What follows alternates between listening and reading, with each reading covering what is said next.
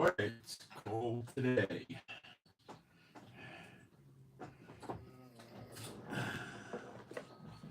Ah, okay, this is Moshe coming to you from Israel in the Galilee, 9:02 in the morning on 21st of January. Trump's been president not yet 24 hours, and we've seen a lot of changes, haven't we? Yeah. So today started out cold. We're below 50 at night now. So I leave the heater on in the room for Chief. It seems that I got nervous about him last night with his legs not working correctly. And then I was praying for him. So please keep praying for Chief. I think the cold weather, laying in the dirt, which he likes to do, or on the concrete or the tile steps, gets his legs, stiff or something, which happens to old people like me sometimes, but I use the red light to stop it. So Chief's going to start getting red light today, later. And I don't know how much is going to get through his fur, but I'm going to use an extremely powerful red light I have. Extremely powerful. And we'll see how that does. The red light area is so confused right now because people are trying to profiteer off it, and they're selling people stuff that typically is going to work. The crazy thing with red light is it all works, but some work better than others.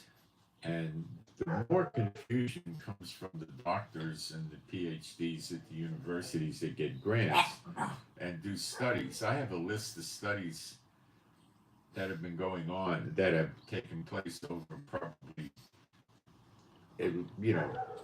15, 25 years, and I think it's in the thousands. I mean, you could grow old just reading them, but they never tell you what device they use because they're doctors and they don't want you doing it yourself. And most of them use FDA approved lasers, which are small, like a thin flashlight, and they have a head like this. And they have a pretty good amount of power. Frequently it's lasers and often LEDs, but both.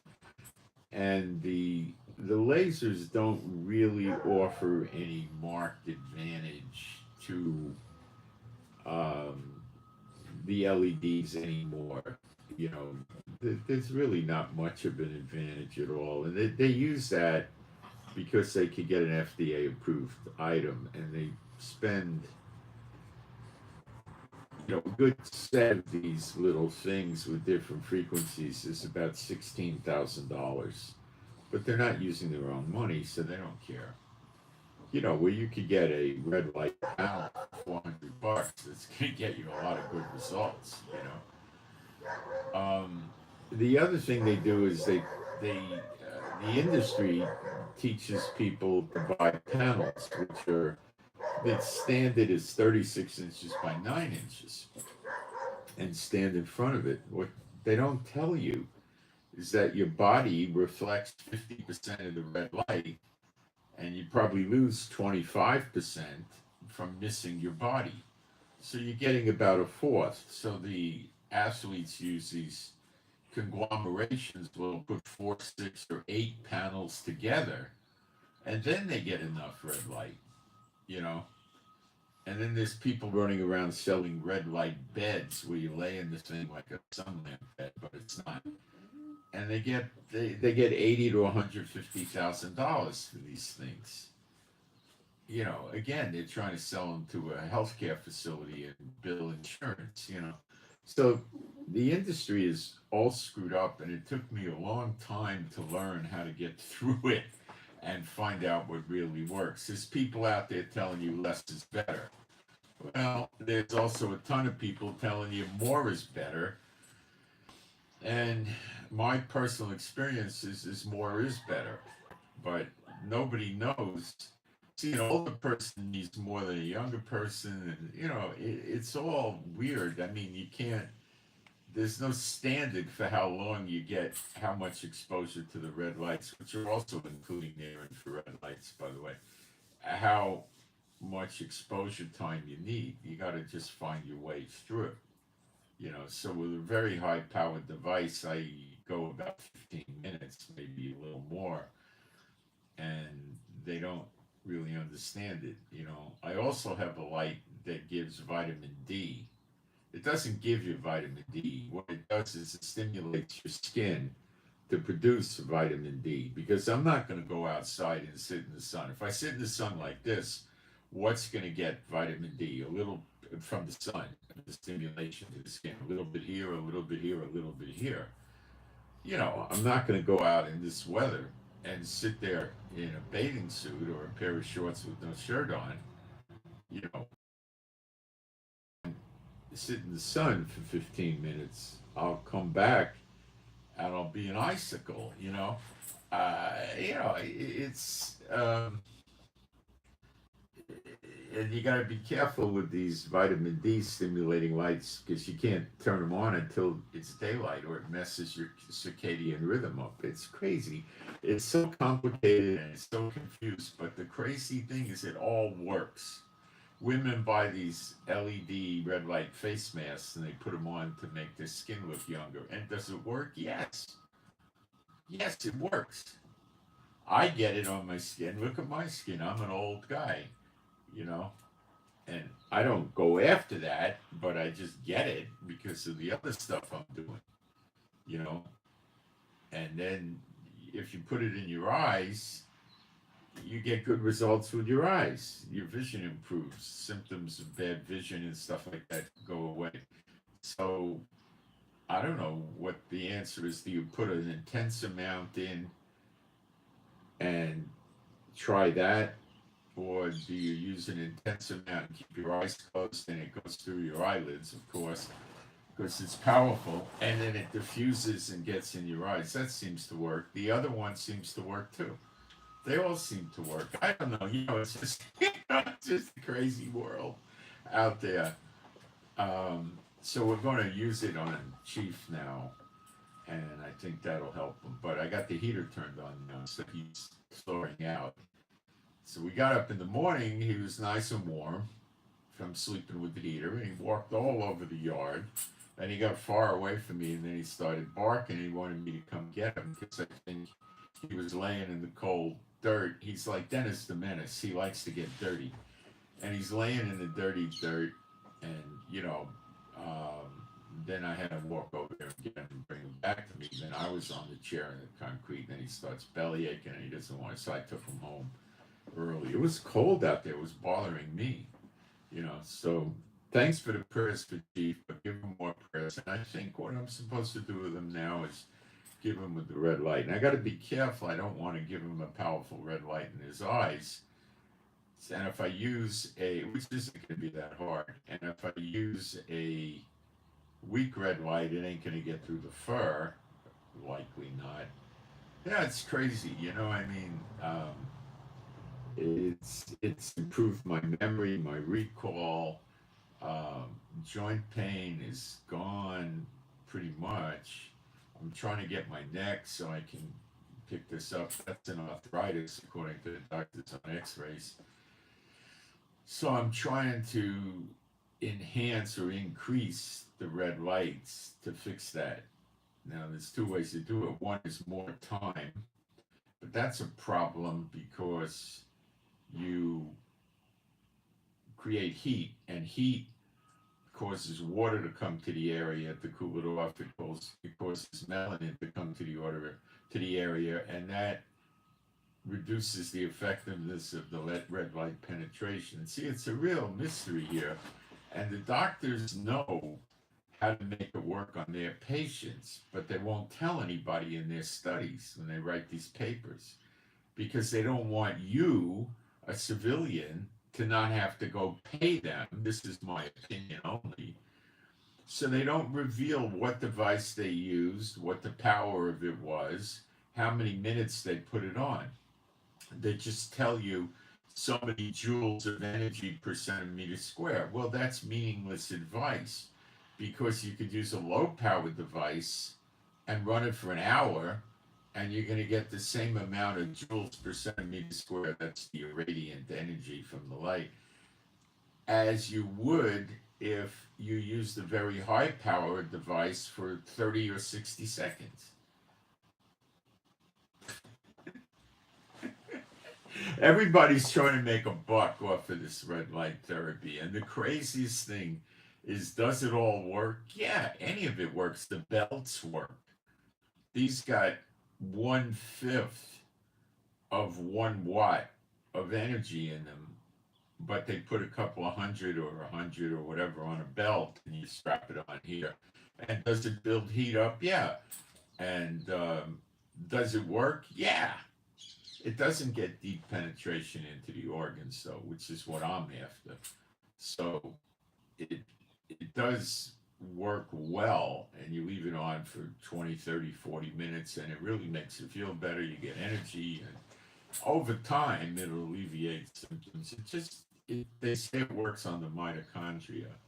And it also, you increase your stem cell production if you put it on flat bones like the shin bone and other things. You can, they say, this is what they say, that you can get your stem cell production up 2.5 to 3 times percent, 2.5 to 3 times greater. But when you're old, your stem cell production is probably down by 80%. So it helps, but it doesn't jack it up where you were when you were 20 years old, you know? But then comes more powerful stuff. So people are coming out with really powerful red light devices now. I mean, they're shockingly powerful. And they're super expensive, you know, like entry level. One guy I'm looking at is about 5 or 6,000. I think it's $6,000. That's way the heck up there, way, way, way out, way beyond it, you know. But the wealthier people are buying those, you know. And I know another guy that sells a setup with a massive amount of power for about $15,000 that you don't put on your when you put the devices in contact with your skin, you don't get the reflection and you don't miss. So you don't lose that 75% of the light. See, your skin reflects the light because red light is a copycat of the sun. It has different wavelengths. The sun has more wavelengths. The issue with the sun is it has these UV rays in there that will burn your skin.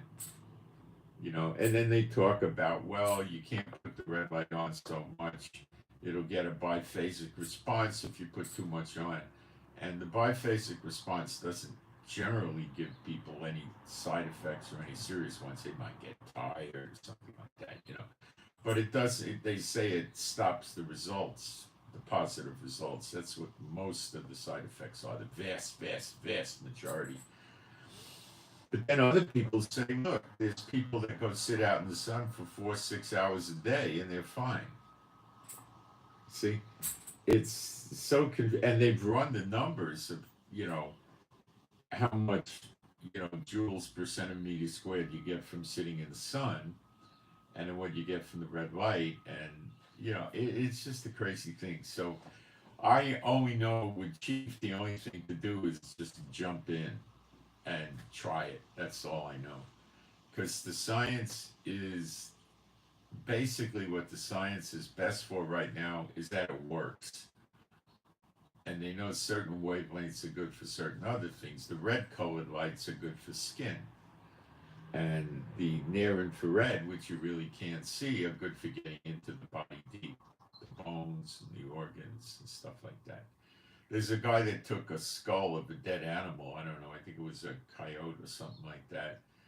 And he shined the red light, not a super powerful red light either. He shined the red light on one side of the skull and put a light meter on the other side of the skull, and it was penetrating.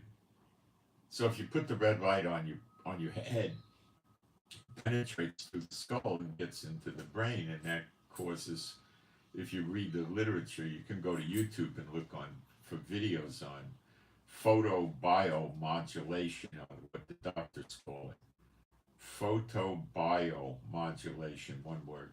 And you see all the studies and reports of what they're curing people of, like PTSD, Parkinson's, strokes, and many things.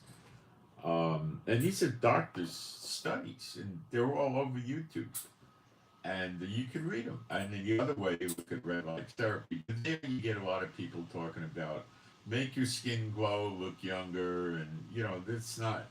You get the other stuff too, but um, photobiomodulation is a complicated word, and some young woman that's looking to rejuvenate her skin isn't going to search under that word. So that's where the doctors and the research from the universities winds up on the photobiomodulation, not entirely reasonably so. So it's a really crazy thing, but it's turned me around, you know, and I got much more strength, stamina, and endurance and energy from this, and also the prayers, I'm sure. And the thing is, pray before you do it that the Lord helps you with it, that it works well. So anyway, you didn't come here to hear that, but since my mind is on Chief, I got into it. So tonight we're going to be at 49 degrees and a high of 68. Isn't that nuts? 68. That's kind of warm, partially sunny. Thursday we're in for possibly showers. I don't think we're going to get a tremendous amount of rain, but we're going to have a high of 62 and a low of 51, and then that is probably going to happen to some extent, but because it's Tuesday already, but we don't know. Hang on a minute. It's my wife. Yeah?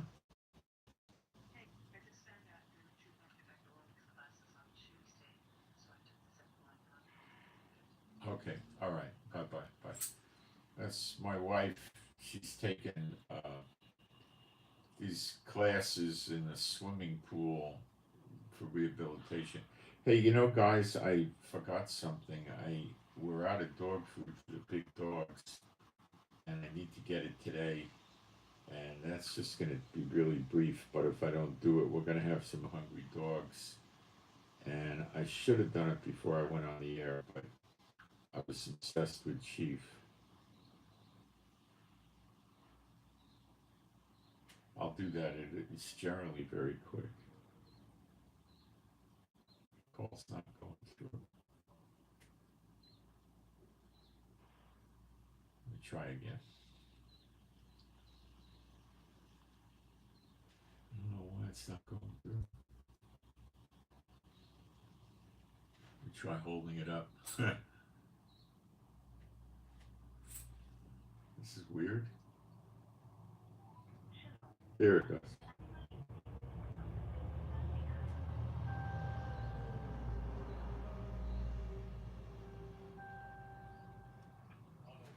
Hi, I need to order some dry food. Can you do that for me? Okay.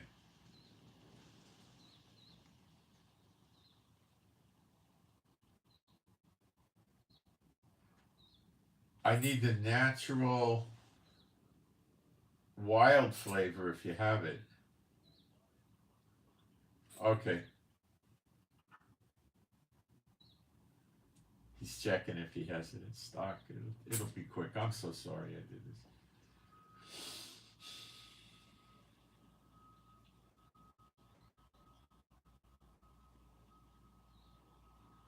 Mommy and Beulah, thank you for waiting, guys. Okay, yeah, give me lamb. What size bags do you have? Okay, can you send one today, please? Okay, thank you. Bye. Okay, that was it. All right. Beulah and Mommy are very grateful to you for this. All right, next. Let me go jump in the live stream and make sure we got a live stream and then put my posts up and we'll get started. Trump is doing some really interesting stuff, as probably some of you are aware. Live stream and then put my posts up and we'll get started. All right, we got sound and picture. People are coming in.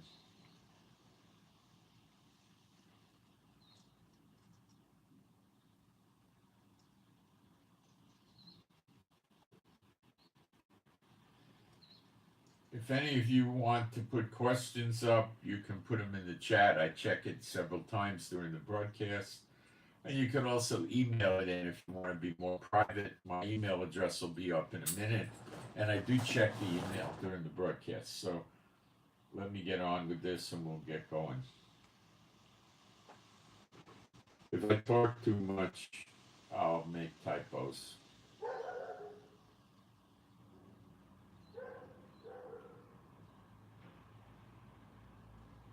She's sleeping in front of the heater now. He likes his heater. All the dogs like the heater except Mommy. She's got a double coat of fur that's pretty thick. And she gets hot pretty quick, so she doesn't like it. Beulah sleeps in front of the thing. Beulah loves the heater so much, if she could, she'd crawl in. She sleeps in front of the wood-burning stove. That she likes.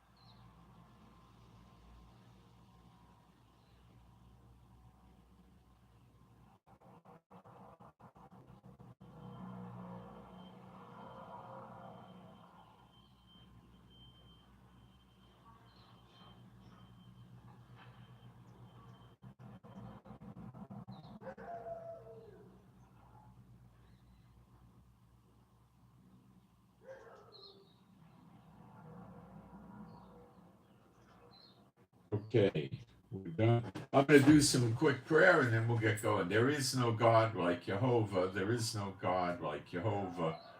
There is no God like Jehovah. There is no God like Jehovah. There is no God like Jehovah. There is no God like Jehovah. There is no God like Jehovah. There is no Messiah like Yeshua. There is no Messiah like Yeshua. There is no Messiah like Yeshua. There is no Messiah like Yeshua. There is no Messiah like Yeshua. There is no Messiah like Yeshua. There is no Messiah like Yeshua. Okay, so we're going to talk about Trump, a little bit about Gaza, and then we're going to get into the Bible work, why it's important for Israel to perform the Torah, as in altar, tabernacle, or temple, sacrifices, offerings, Levites, Kohanim, etc., to get the land back, using the scriptures from the past to show us the example of that with Moses. Well, the children of Israel with Joshua, basically, but started with Moses and Aaron. Okay. So one of the crazy things that was great for Israel is Trump wrote an executive order to remove the they call it sanctions on various people living in the West Bank that are Jewish that are called settlers. That Trump put on, that Biden put on us. Biden was treacherous to Israel.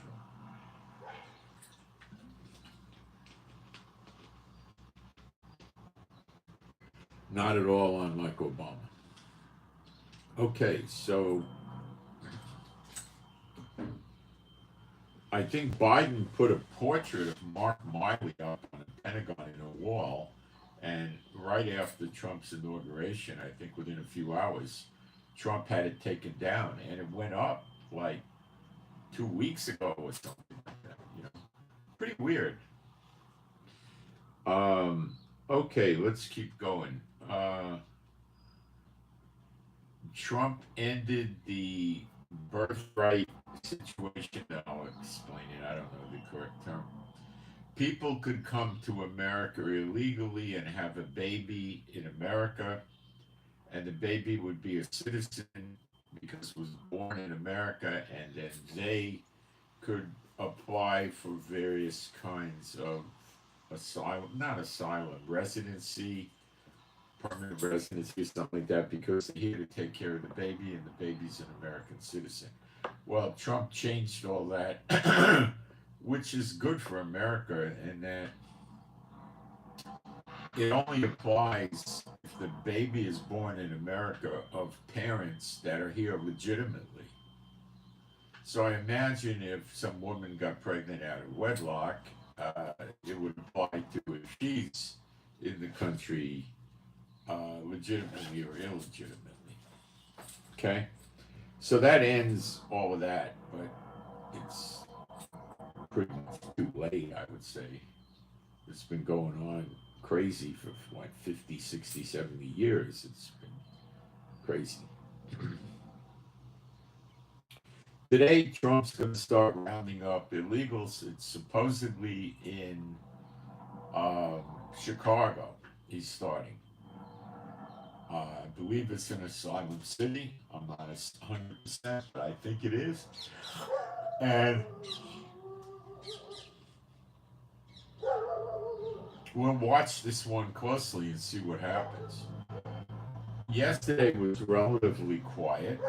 We didn't see any serious protests or rock throwing or Molotovs or riots or demonstrations or terrorist attacks. Absent. Right? Nothing, really. Now, we do know there's a big cold front moving into America, but that's God, not terrorists. um, the California fires are going through a tough time again. They're getting winds again that are going to hit 100 miles an hour in the burst. That's, I think, a category 75 miles an hour. I think is category 1. I think it's a category 2 at 100, or maybe even a 3. I don't know. It's a 2 or a 3, probably a 2. But it's not sustained. It's bursting. But that burst is all a fire needs. So they got the fire problem. It's going to keep flaring up again. We have not been hearing about large fires or critical fires breaking out anywhere else in the United States, but this one's still going. If the fires, if the winds blow towards the south, which I don't know if they will yet, it could push the fire to San Diego, which is a very, very large city and has a huge hub Navy base down there. Trump already changed the Gulf of Mexico. It doesn't exist anymore. It's the Gulf of America. Trump is saying that he's going to buy Greenland. Well, I would say one way or another, Trump's going to get Greenland into position to put a lot of military base radars, missiles, anti-missiles, warships, planes, etc. Either rented, buy it. I don't know what he's going to do.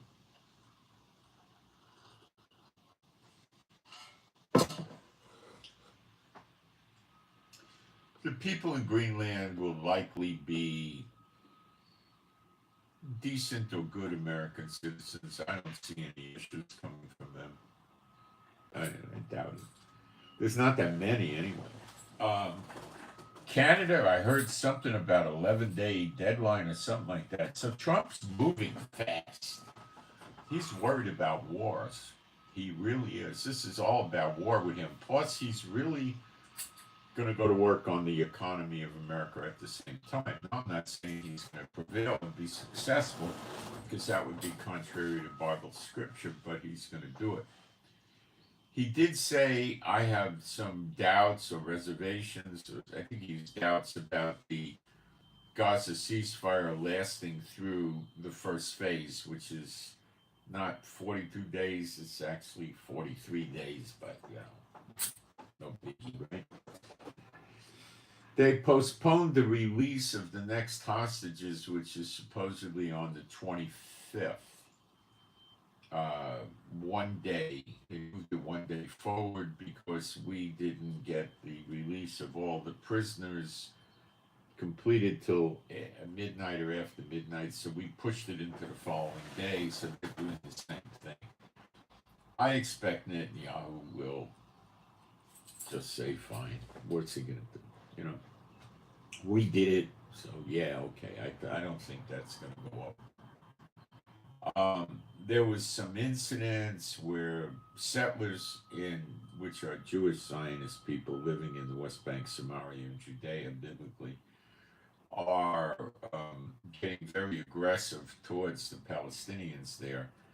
See, Palestinians are regular Palestinian citizens with an olive orchard or goat herd, and then there also could be terrorists,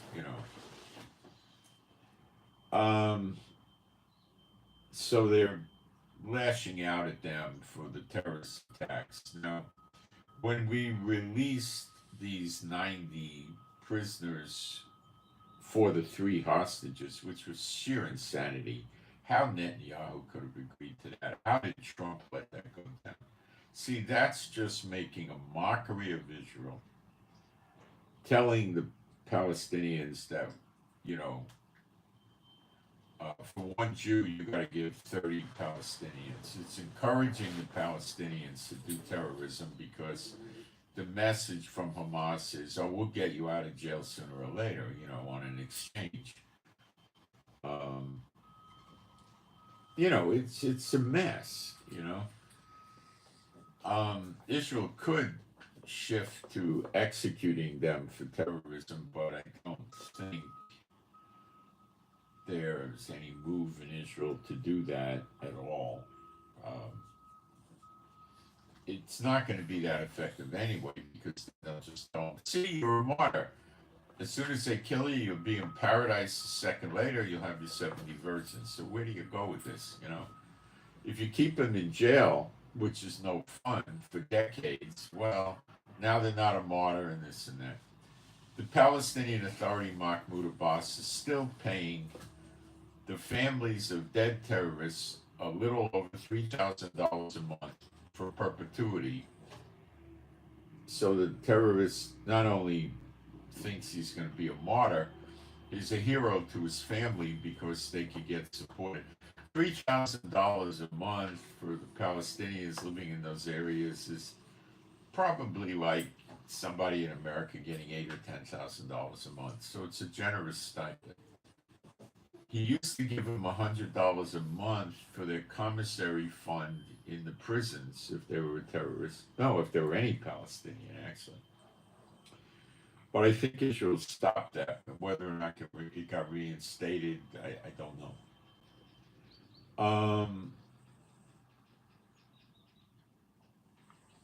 And if the terrorist gets killed, the family gets $3,000 a month for perpetuity. If the terrorist is in jail, the family gets that $3,000 a month stipend while they're in jail. And if Israel destroys their house because the family knew what the terrorist member of the family was up to, it's usually within a week they have a new house from the Palestinian Authority. Their houses don't cost much. They don't have building inspections. They don't file plans. They just smack a house up and they jerry-rig some lines for electricity. It's silly, but that's what they do. For cooking gas, you don't use anything sophisticated. In Israel, you buy the tanks, you put them outside your kitchen, and you have a line that feeds them into the stove or the oven or whatever you're cooking with. We prefer electric now. They're much more fire safe. They really can't start a fire. They take a little bit longer to cook, but there's no flame.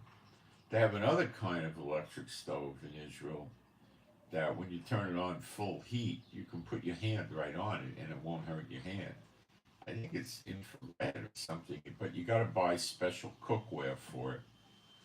And we never opted for that because we got really good, seasoned cast iron cookware that works great, and we don't want to start buying other cookware and trying to figure out what chemicals or ingredients are in it and how good it is. So we didn't do that. We just got the electric, and our oven's electric, and we got a microwave, and we got a convection oven, all that are electric. So we don't use that. Um, and okay, Trump. It's very interesting to see what's going to happen with the roundup of the illegals. I want to see what reaction the illegals in America have to this. And I think he's taken measures down at the border. He's put the border area under an emergency action uh, executive order. Right? We don't know the full ramifications of that, but it's isolated just to the border, so he's not trying to hurt anybody or anything like that. He's trying to control the border. He canceled these. There was an app from Border Patrol, I think it was, or immigration, where they could make appointments for asylum, and they would illegally cross the border and then show up for their appointment and they'd be given asylum. And also, people in other countries were able to schedule free flights into America from a pocket of about 5 or 6 other countries. And the app is gone, so I don't believe that there's any more of those flights. Biden was flying them in every day. And I heard 1,900 people from Afghanistan, which would be Taliban, got cut off before they could come into America. This Biden did a tremendous amount of damage to America. And if Trump can, it would take Trump the whole 4 years to get rid of a big piece of them, not all of them. Okay. Trump also fired a bunch of immigration judges yesterday. And these were ones that were just handing out asylum and saying, "Oh, you go to court in 2032, so you can do what you want here till then."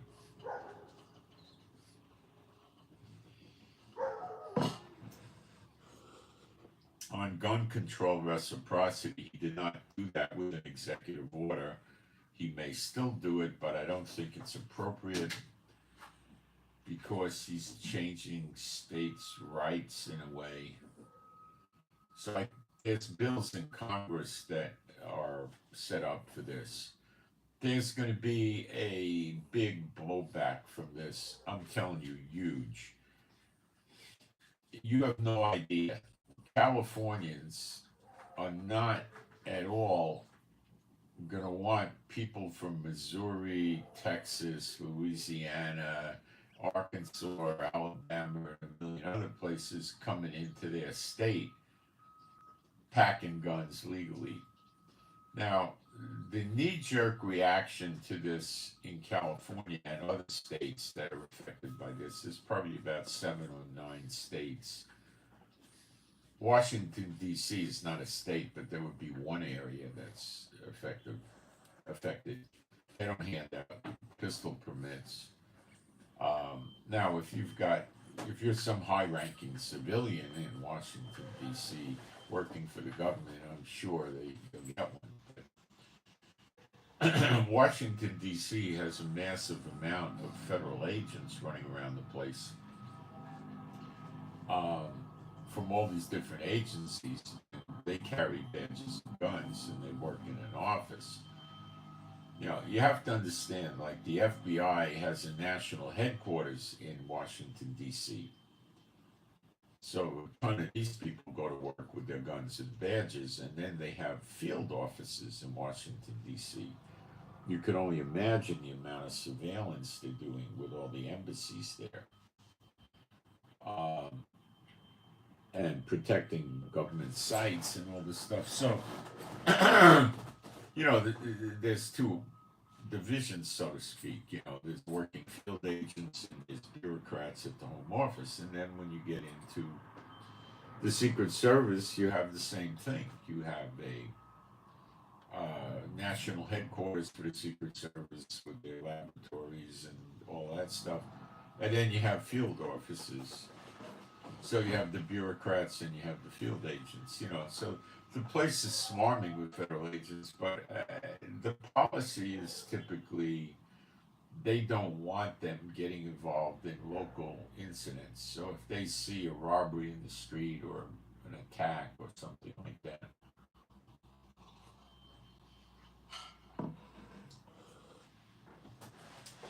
their most likely reaction would be to try to take a picture with their camera of the scene, a video, get license plate numbers, things like that, observe unobtrusively so that the felon doesn't know who they are, and phone it in for the city police.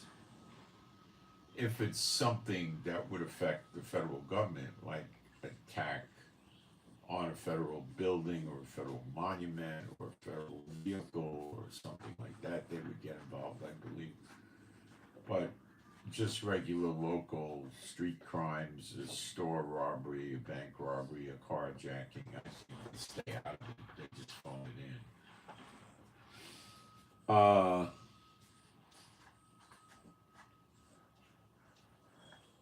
But I don't think they issue civilian permits very easily in Washington, D.C. Other areas where they're tight is New Jersey, New York City predominantly.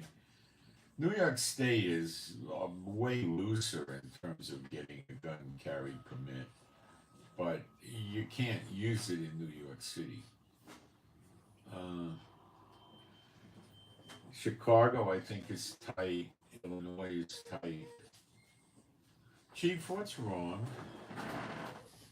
What's wrong? You're belly aching. What do you need? What, baby? You okay? All right. Let me know if you need something. Remember, I don't understand bark.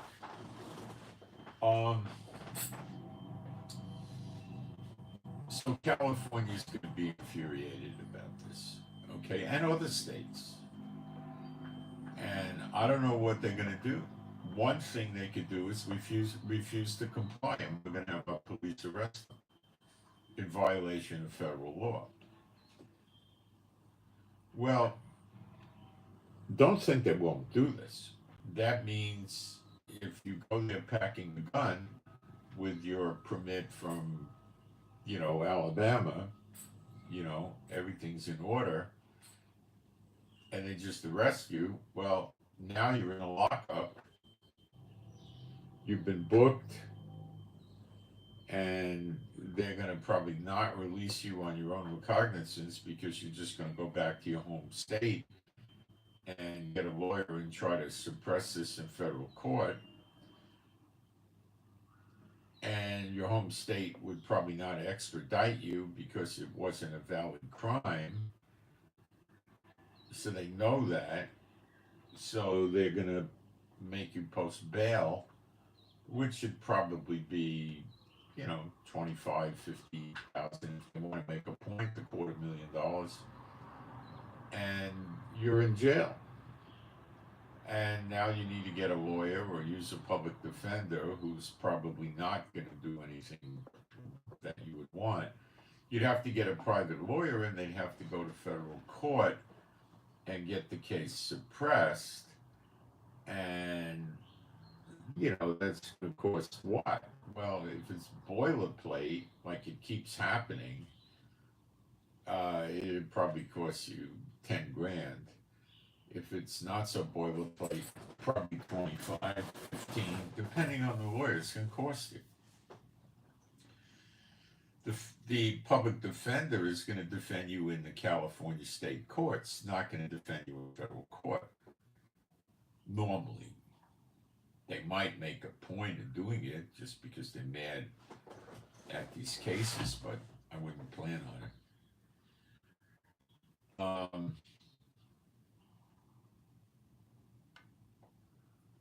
And this will happen in other states. Other things they could do. You see, the civilians there, the ultra left wing, the people that follow unusual sexual preferences of all sorts of crazy things and have crazy religions and all of the ultra left wing that hate this, if they notice the person has the gun, like a bulge or something like that, they could phone it in to the police and say he was brandishing. Brandishing means if you have the gun over here, let's say you open your coat up and let the person see it. It's not drawing the gun out. That's different.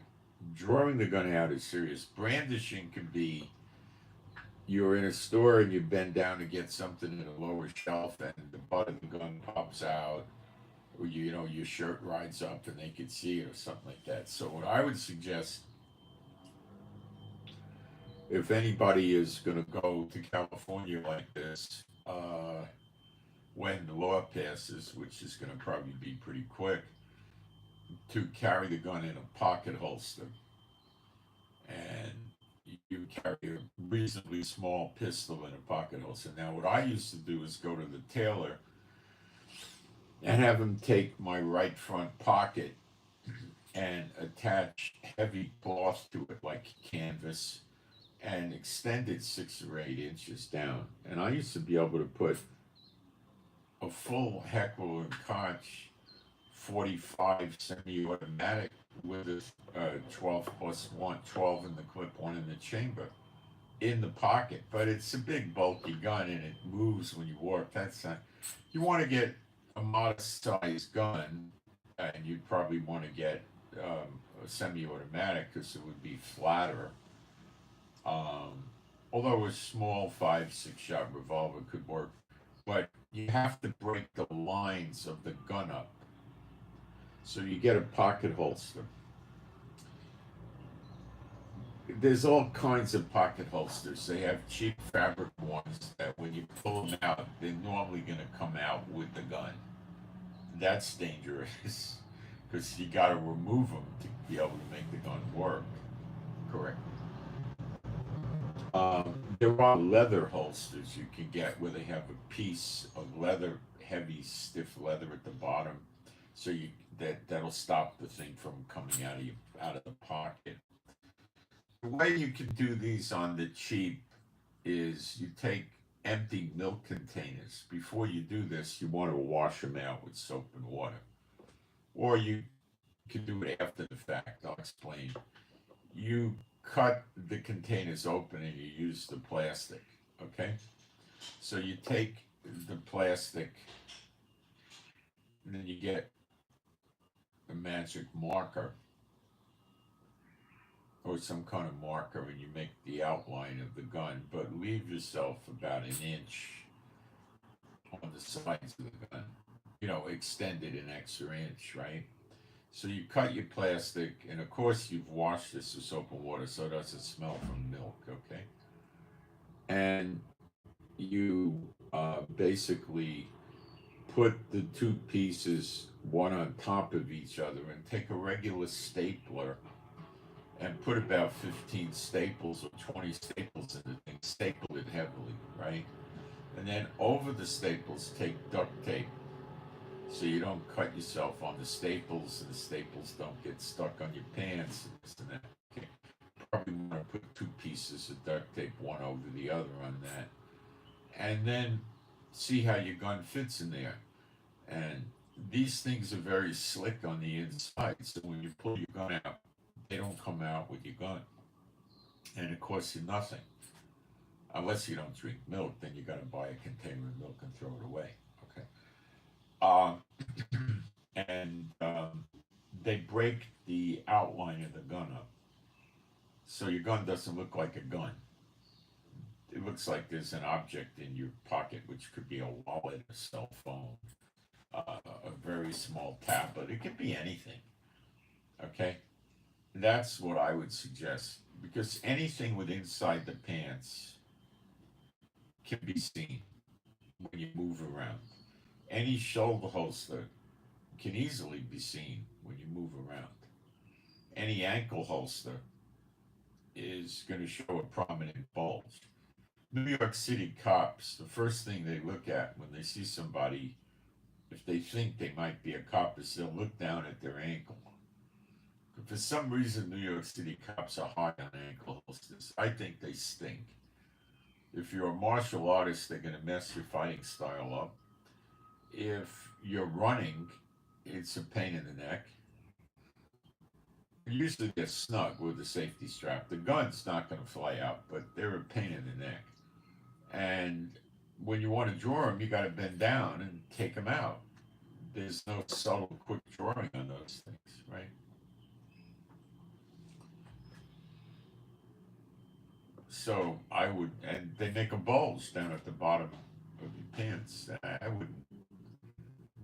That's the way to go to a state that's aggressive towards you. So the only thing I could think of that's really practical, that's going to stop people from spotting a gun, is that.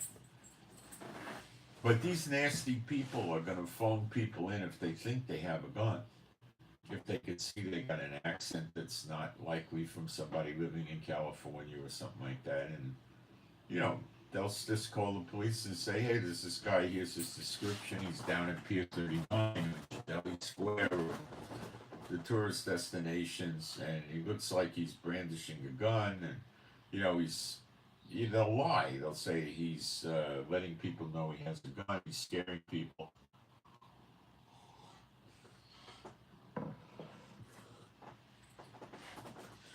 The police department probably has people at those tourist areas, plain clothes or uniform or both. They'll phone it in.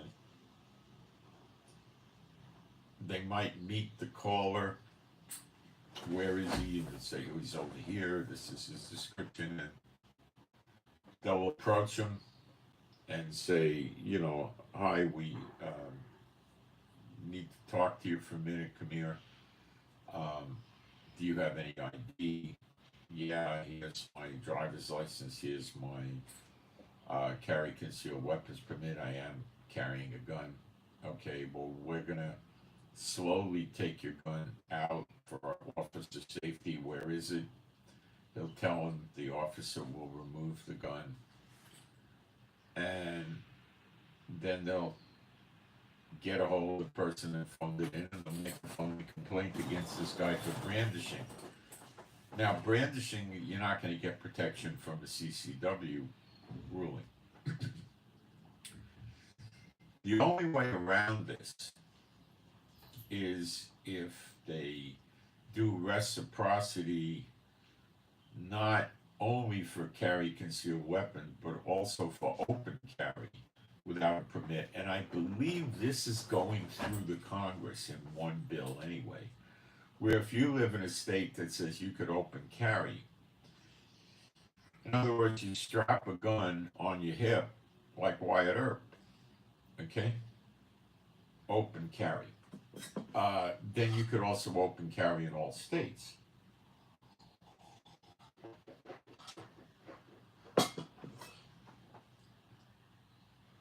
Now this will defeat them locking the people up for brandishing. This is going to be, I'm telling you, explosive like you have no idea. No idea. People are coming from states where there's two sexes, predominantly, according to the vast majority of the population. They're going to another state where there's 20 different sexes or something. And these people in these states are not going to feel comfortable. Now, there'll be shootings because in the states with strict gun control laws, the criminals thrive. So you go to a place like Florida, and you go to the public supermarket, which is a popular chain, or Winn-Dixie, or any of them, and let's say they're open till midnight, although a lot of these supermarkets are open 24 hours. So say a woman that's 75 years old wants to go to the supermarket and get something. And she goes to 11 o'clock at night. Maybe she wants to buy breakfast at night, so she has it in the morning. You know, she needs milk, coffee, whatever she wants, right? She goes to the supermarket and she buys some stuff, and she takes the shopping cart and she's wheeling it to her car, and her car might be 100 feet or so from the entrance to the store, or 200 feet, and there's not a lot of light in the parking lot, but there is light, and there probably aren't any effective cameras there, and some criminal wants some drug money. He just runs up to the woman, or walks up to her and tries to talk to her, more than likely. And as soon as the interview starts, where he talks to her, like, excuse me, you know, I have to buy some formula for my baby. I don't have any money. Do you have any spare money you could spare? Something like that, or whatever they come up with, you know. Do you have the time, or can you change $5 or anything like that, right?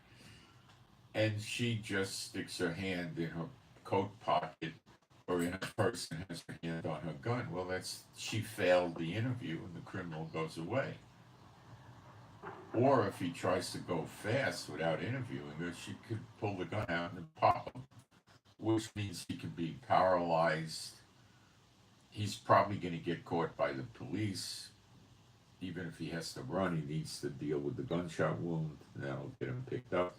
He could die. He could have all kinds of problems. Okay, but in California, the chances of this happening are pretty minimal. He knows that police officers have guns, so he has to scan his candidates for robbery to not look like they're police officers. They could be retired police officers, but there's, street punks got to take a chance. So, they so they're used to picking on people, and they pick on tourists all the time. Why? Well, let's say you go to San Francisco from Florida and you carry your gun and all that. And, well, let's say you don't have your gun, it's the old days, and you go there and the guy robs you and stuff like that. And even if the police happen to, for some reason, be around and they grab the guy running away or something like that and they arrest him, well, are you going to want to come back in 3 months or 6 months or 9 months and go through a court trial? It's probably going to cost you with hotel and this, $1,500, $2,000. Or just forget about it and don't show up, and then the witness doesn't show, and the case kicks out of court. And what if you're a foreign tourist and it costs you $4,000 or $5,000 to get back and do it? Well, you see, they got advantages there, don't they? Because he still has a right in court to cross-examine, or have his attorney cross-examine his accuser, So all those statements and depositions and testimonies would work for the prosecutor if he did a plea deal. But if he didn't do a plea deal and the witness never shows up, See, one of the old tricks is you get a speeding ticket or a red light ticket or a bad turn ticket or something like that. In a lot of departments, the cop is writing out the ticket, or they have a little computer that does it, and he's writing tickets to appear in court on a certain day if you want to protest it. Well, chances are the cop or the computer is putting all his citations that day for court appearances on a certain day. So if people protest, he goes on that day. So what you do is you just contact the court, which is usually pretty easy. It would be for traffic court, write a letter or call them on the phone even and say you got some reasons you can't go, you have a medical thing scheduled that day, or you have something important and you can't come that day. Could I have another date? And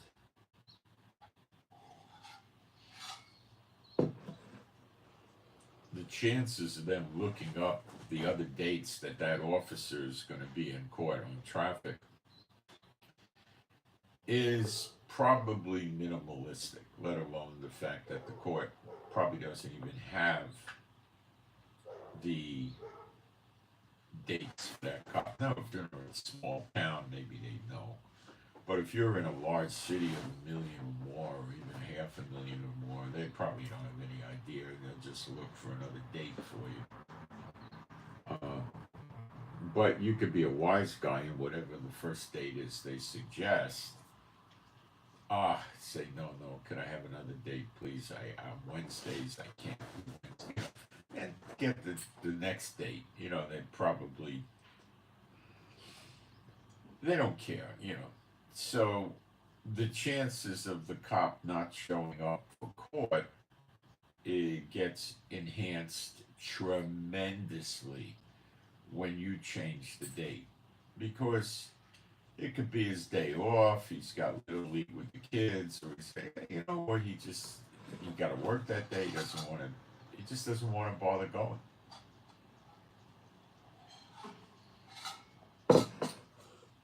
So he doesn't show up, or he might show up, but there's a high probability. You're probably going to get up to about 75% chance that he's not going to show up. Um, and you could roll the dice and show up without a lawyer, and see what happens. If he doesn't show up, you don't have to do anything. The judge will just dismiss the ticket automatically. See, when you have a speeding ticket, the victim of the ticket, this is crazy, is the policeman that gave you the ticket. I said victim. See, you got to have a victim. Okay? So the victim can't be a metal sign that says 55 miles an hour, because it's an inanimate object. Now, if you knock the sign over, that's a different situation. That's not speeding. That's destroying state or county or city property. But if you just drive by the sign at a higher rate of speed, how can the sign go to court and say, I've been harmed by this person's actions? See, nobody got harmed by speeding. Nobody got harmed by an illegal left turn or an illegal U-turn or backing up on a one-way street, or nobody got harmed. So the cop is actually the plaintiff, as if he's a victim. You see the sickness of this? Now this goes all the way back.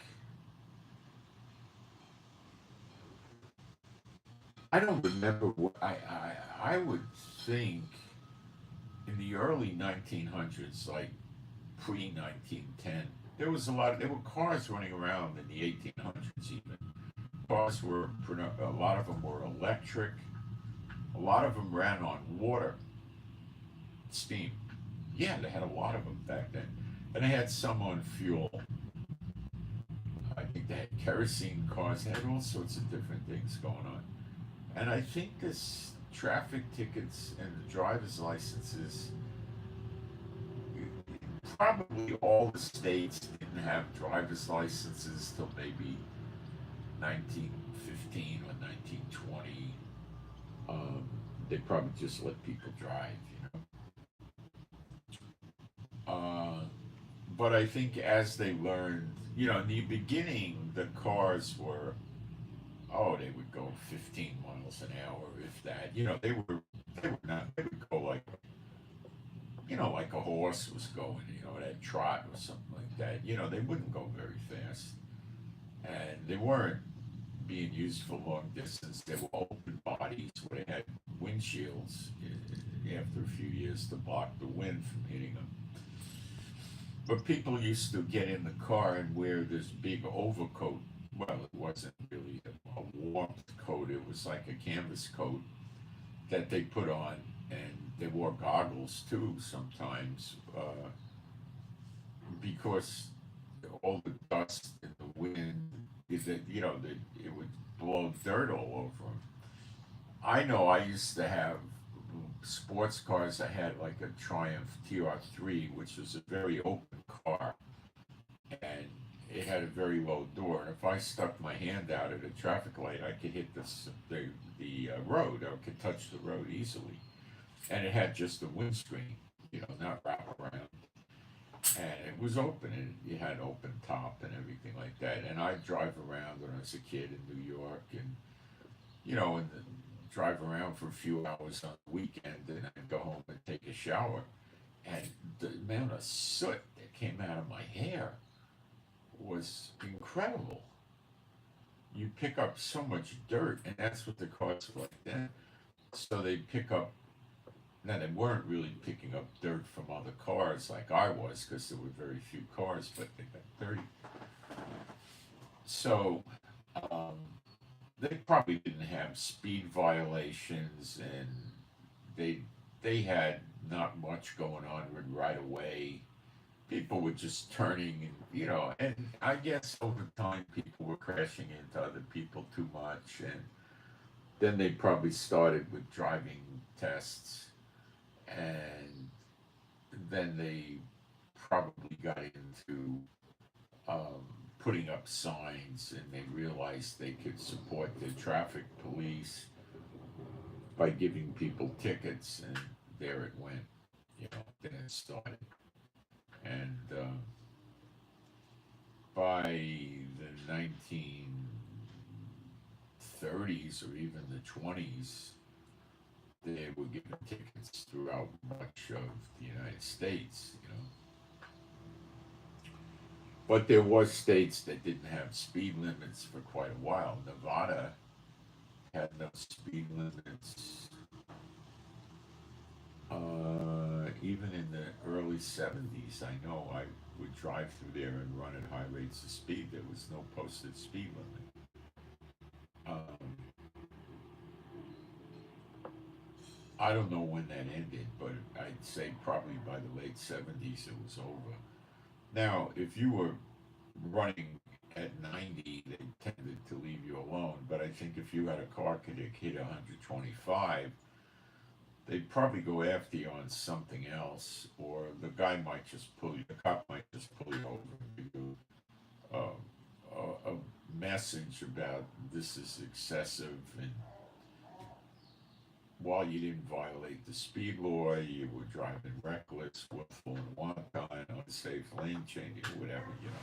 And probably not write a ticket, just scare the people and say, keep it down and you'll be fine, but don't take advantage. That's my understanding of what they would do. The Autobahn today, you could drive 200 miles an hour, but you could also kill yourself. One of the things I learned when I was in law enforcement is that you can drive all over the place without getting any speeding or other kinds of tickets, of course, but you can also kill yourself and have accidents. So you have to use restraint, you know. So if the speed limit is 70, you could run at, 83, 85, and you're marginally safe, probably, depending on what kind of car and tires you have. But if you start trying to run at 100, there's so few cars in the world that are safe to drive at 100. Yeah, these expensive Porsches, Ferraris, Mercedes, yeah, they could run at 100, but pickup trucks, big SUVs, station wagons, panel vans. I mean, these things are terribly unsafe at 70. you know. So this thing is going to be big, and Trump's going to make sure it goes through quickly. And I don't know what version it's going to be. It might be open carry, it might be just concealed carry, it might be both. We'll find out real soon, I think. And you're going to get so much blowback from this. You have no idea. I have an idea, and it's going to be massive. Because there's people in these areas that like living there because people don't have guns. They're scared of this whole thing. They know the police are pro left wing. Okay? They're woke, so to speak, left wing woke. And they know the police are going to take their side. And they just put up with the street criminals. The chances of a street criminal really damaging you are, to them, not sufficient. I think they're pretty high. Some idiot could crack you over the head with something and you could suffer permanent brain damage for the rest of your life. You don't want people cracking you over the head or punching you out or something like that, you know.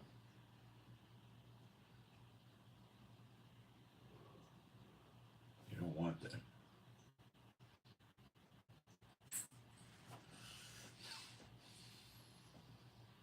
You don't want that.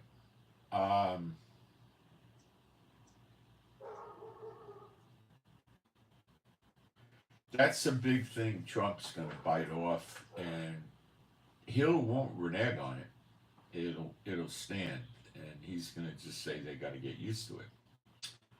But they might rebel against Trump openly by saying, no, we're going to continue prosecuting these people. We have states' right. And then it'll be a Supreme Court issue ultimately, which will take a year or two to get there probably. Or they could just harass the people from out of state by charging them with brandishing, or they could say they were carrying it in an unsafe manner. Or the other thing that they could do is they pass these laws that say you can't carry a concealed weapon in a public place, even though you have a permit. Georgia does this. So, in other words, if you go into a city, you're not supposed to have the gun with you.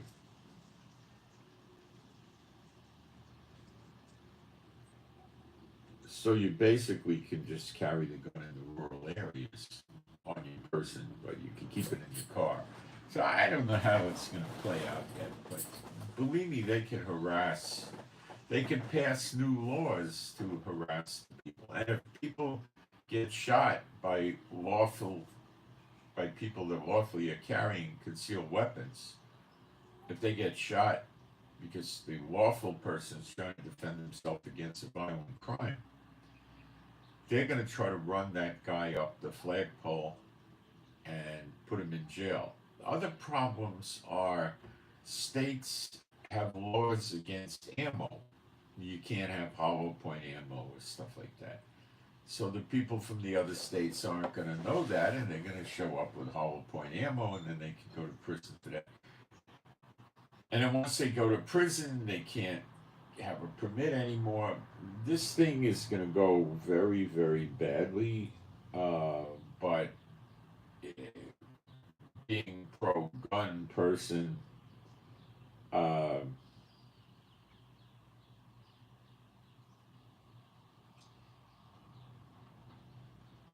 I think it's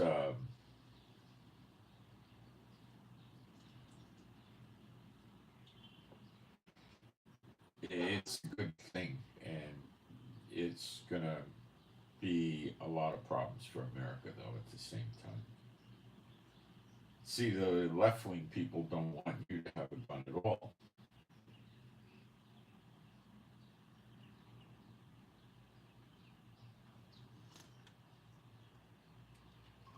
Okay, I did put that song about Elijah, biblically correct song. Well, 99%. It's quite biblically correct. There's no error in there. There's a possibility of misinterpretation in there, that's all. It's sort of almost an error, but not really an error. But it's going to be changed. I put it up on Telegram. People are asking me to send it to you. I'm trying to figure out how I can do that easily, and I can, but I'll work on the emailing it. It's up on Telegram. There's more songs coming. I have a second song already, and there's probably going to be a third and a fourth. So what I think I'm going to do is open up a Telegram channel for the music and just put this stuff up there. That's all. It's easy to do. And since this is just Bible stuff, I can post it on in the chat here and stuff like that. So that's probably what I'm going to do. So I have the second song already, and then there'll be a third and possibly a fourth, and I'm going to create a Telegram channel for it, which is not a hard thing to do. I just got to get around to it, and I will attempt to get around to it. Okay. So things are going to get very interesting and exciting with Trump.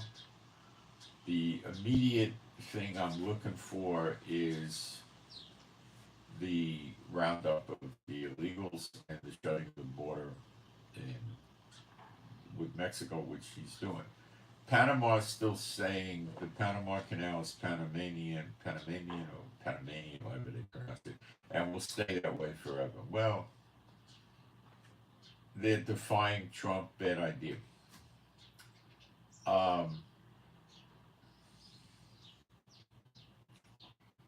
If they run to China for help, China will say, well, give us the canal.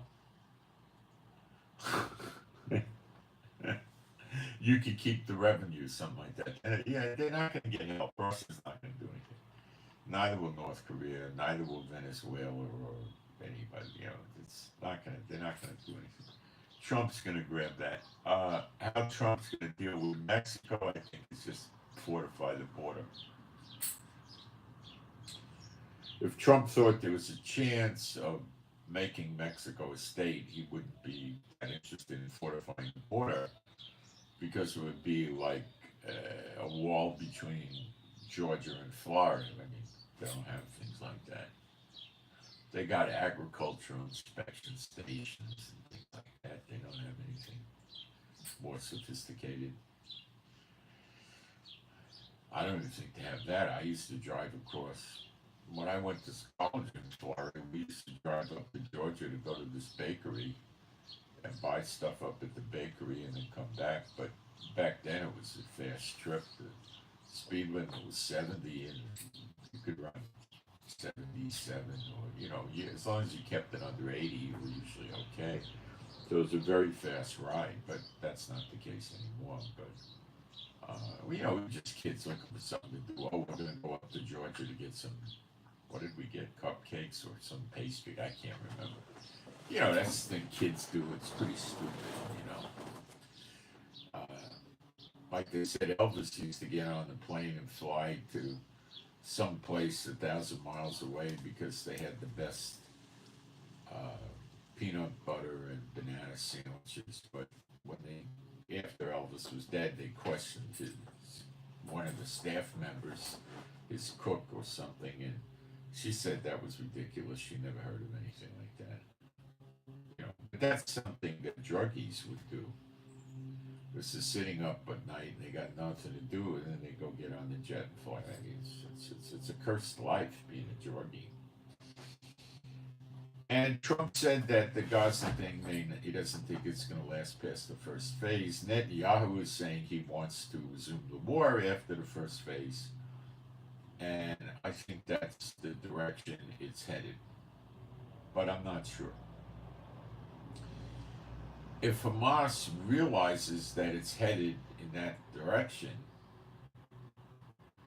they're going to be scared because they are going to likely draw the conclusion that Trump is not going to behave like Biden and bring warships and planes into the area that do nothing to Gaza. I think he'll threaten Gaza. Now,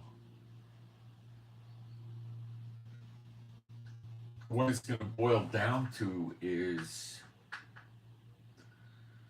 what does Gaza do between now and then? They put their police back in uniform. They were afraid to wear their uniforms before. And they're patrolling the streets of Gaza, and they've taken control of Gaza again. Netanyahu and the government pretty much don't want to see that happen again. The Palestinian Authority is a worthless sack of garbage. You can't put them there. The Hamas will just kill them.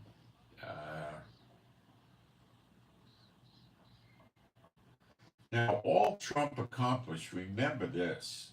I want to expose Trump to you so you understand some things. Trump said if the hostages are not back before my inauguration, there'll be all hell to play. 3 hostages came back. I don't know if any of them were Americans. They're all in Israel now.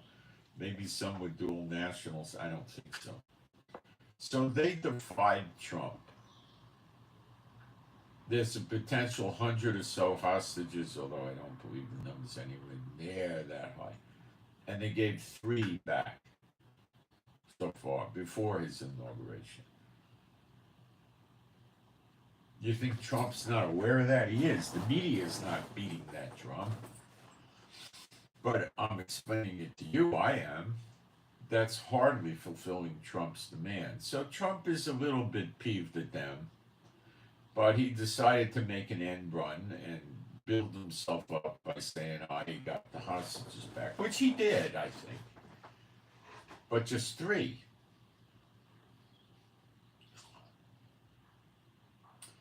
His strong implication was hostages, plural, all of them come back. It's against international law to keep these hostages, let alone rape them, let alone make them work as slaves, and not give them medical, not give them, it's ridiculous. You could have a POW camp and put soldiers in a POW camp where you got to treat them nice.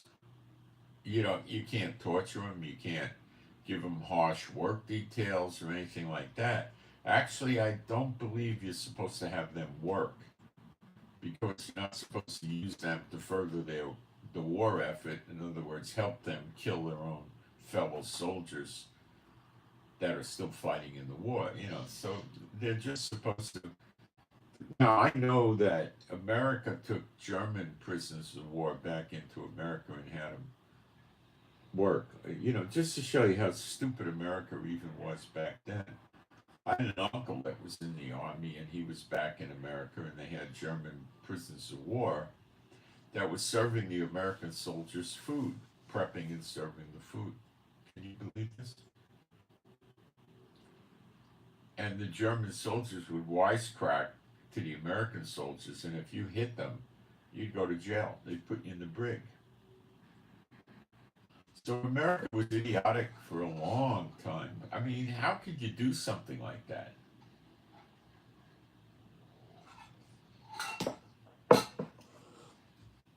Could you imagine the Israeli army taking Hamas captured soldiers and having them serve the Israeli soldiers food? The people in Israel would lynch the officer that made that decision. They'd have them thrown out of the army quickly. That would never work. But America did. I know my uncle told me, as a matter of fact, it was there. America used glider planes. In other words, the training time for a pilot of a glider was rather quick. A glider plane was towed by a real plane until it picked up altitude, and then it would go on its own momentum to the target, and it would land. And they'd put, 40, 50 soldiers, depending on the size of the glider, in the glider. And it had, 2 guys trying to fly a thing. And I don't think they would use the glider in bad weather. It had no radar, it had no instruments. It had a radio, I believe. It could steer, it could gain altitude, lose altitude, and land. They went at relatively low speed. It's a rather dangerous thing. And I had another uncle that was in the Pacific in World War II, and he was telling me how he used to see these things break up from gunfire or on their own. And he said the soldiers would fall out of them like bonbons, you know, down to earth from hundreds and hundreds of feet up. They were basically made out of wood with, I think, paper mache, coated paper. They put this stuff on it called dope. That was the name of the stuff. They put it on it. Now, my father was an aeronautical engineer, and during World War II, he worked designing airplanes and then later on missiles after the war. And when I was a kid, he used to build model aircraft with me using balsa wood and this special paper. We'd put this stuff, it's a clear gooey liquid, we'd put it on. It was called dope, you know. It would stink like crazy. You had to have the windows wide open or you'd get dizzy, you know. And we put that on the airplane, and we had rubber band powered. We used to work with rubber bands, big rubber bands. So you twist the prop and twist it and twist it and twist it, and the thing would take off and fly and crash. And he didn't care. He'd help me fix it when it crashed. You know, some of them were pretty big. We used to get the plans from World War II planes. He had them from the war. And well, then we have plans for the models, and they were based on the real plans. He used to bring the World War II plans of the enemy ships home and show them to me and stuff like that. Well, he had those. Well, this is after the war was over, of course. Many years after the war was over. So we built biplanes, single planes, B-38s, all this stuff we built, you know. And so that's why I believe, the way they built these glider planes, it was very treacherous. A lot of soldiers died. And then they built these destroyers. The sailors called them tin cans. They used 1/4-inch steel sheeting to build the fuselage of the boat. No protection against anything. And they filled it up with all kinds of anti-aircraft guns, 5-inch, 8-inch guns, the ability to launch depth charges, 50 caliber machine guns, 40 millimeter anti-aircraft guns, probably 20 millimeter guns. This thing had so many guns on it. So the only way these sailors on these destroyers could survive was to kill the enemy ships before they got hit, because with 1/4-inch hull, anything the enemy shot at them would just penetrate the hull easy steezy. They had no armor on them or anything, and the guys that were in these boats, I think they were freedom ships, they churned these things out like crazy. The Kaiser aluminum guy, opened Navy shipyards in California, and he was churning them out like crazy. And the guys who were in there was saying, well, I'm going to make sure my kids never go in the Army. How could they put us on boats like this? It was treacherous. See, this is what America was like even back then, you know?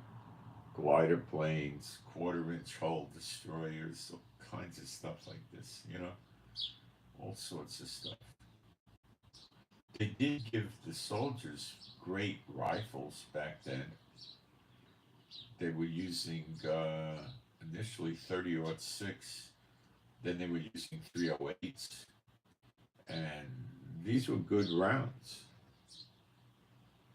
These were semi-auto, and they had clips that were 6 or 10 rounds. I can't remember. so they could go boom, boom, boom, boom, boom, boom, boom, boom, boom. Then they'd have to put them in clip in. They didn't go, but they had other guns that would go. They had the 45 caliber Thompson submachine guns they issued. They had other machine guns they developed. Carried machine guns, personnel carried machine guns that the sergeants and the officers would carry. Not so much the officers, the sergeants, the platoon leaders would get one. And they had sniper rifles that were good. They had squad machine guns on bipods and tripods that were good. They had anti-tank rockets. They had hand grenades. They had all sorts of good stuff. They made good weapons, no doubt about it. The tanks were pretty good.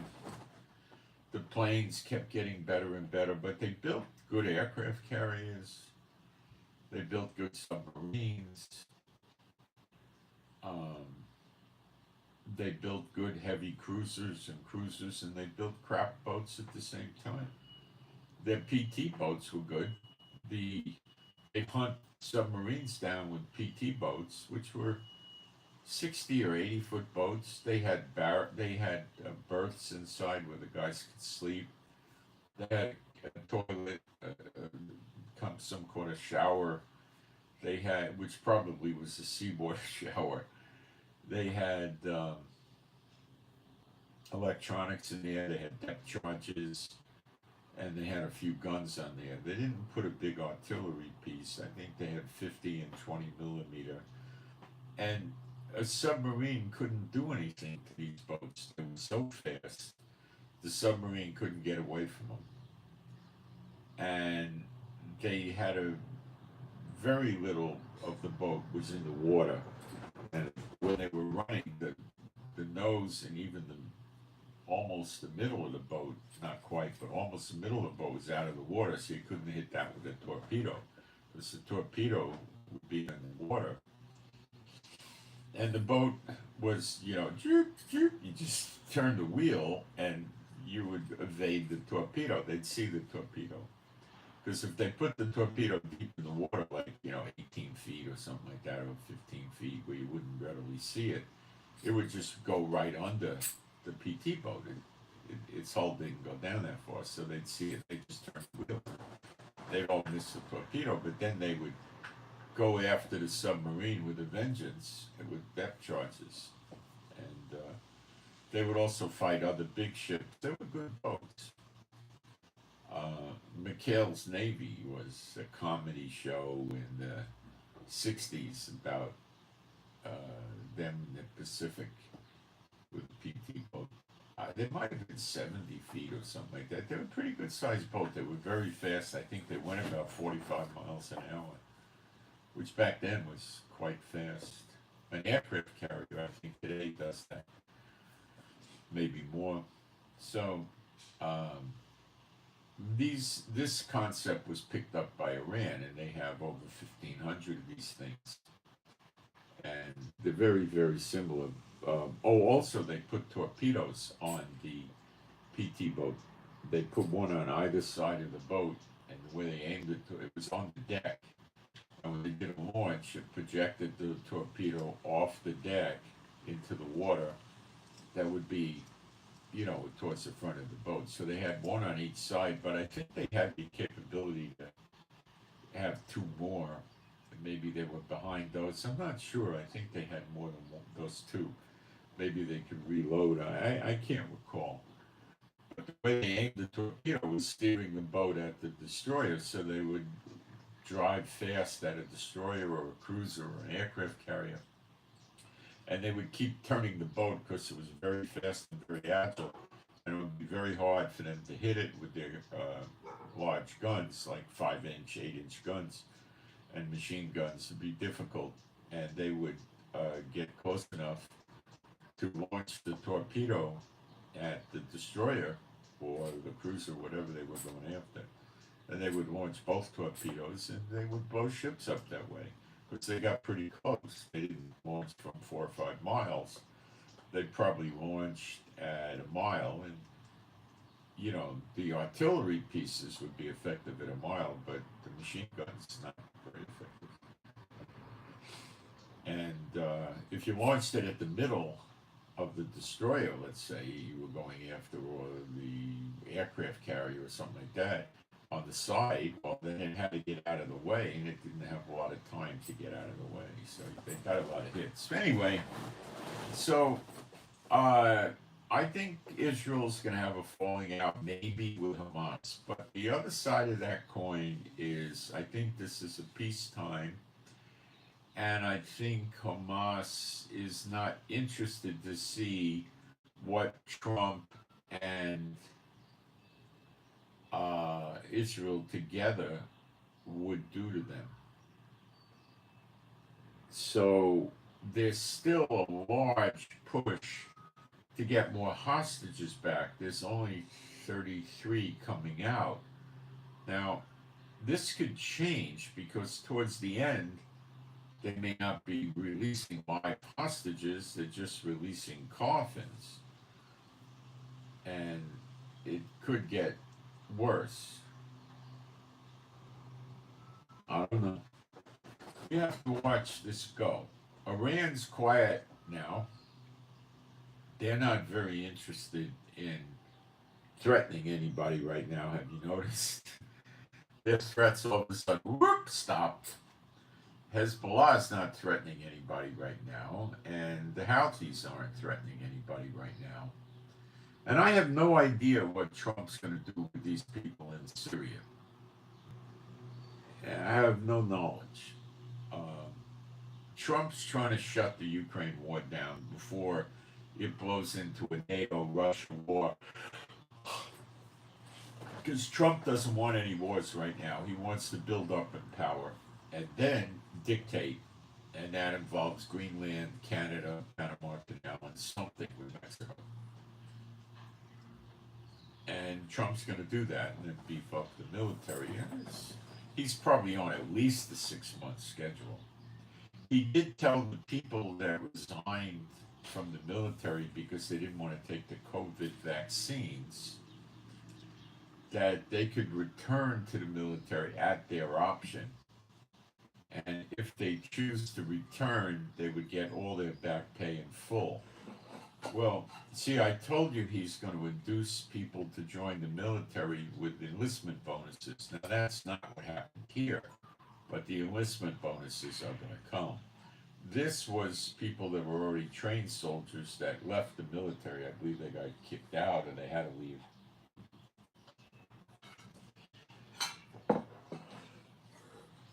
And he's telling them, if you want to come back, you'll get all your back pay, which is the same thing as an enlistment bonus or a re-enlistment bonus, basically.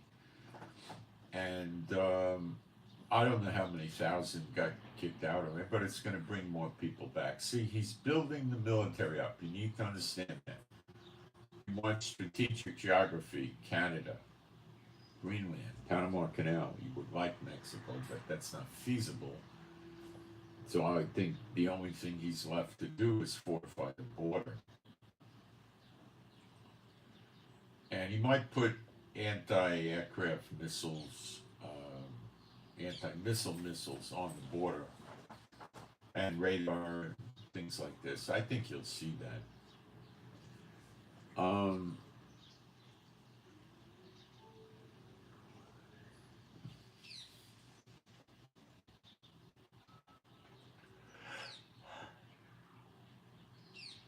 Trump did say he was ready and willing to put 25% tariffs on foreign countries.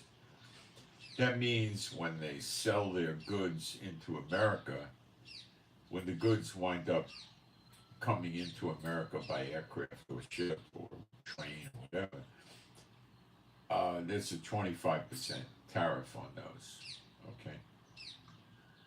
Tax. Now, the idea is to make the foreign goods not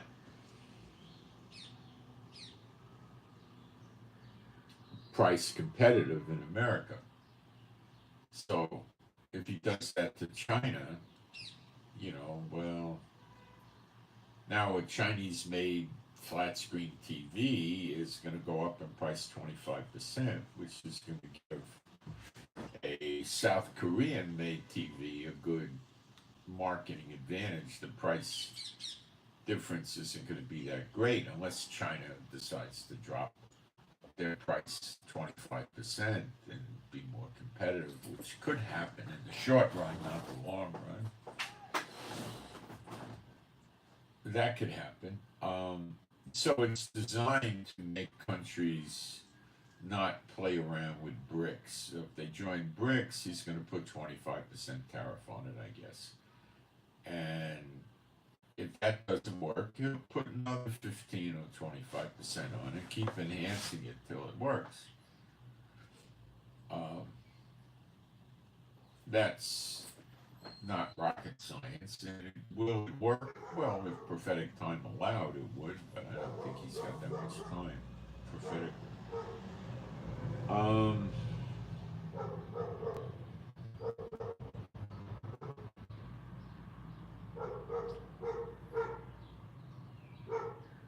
He cut off funding to the UNWRA, which is interesting. He put a lid on any foreign aid for 90 days, which means Gaza wants to start rebuilding now, and this 90-day thing is going to exempt America from giving any money to Gaza for 90 days at least. So he, in the back of his mind, may feel that Gaza is going to go down, and there's no point in giving him any rebuilding money, although I don't think he created this bill just for Gaza.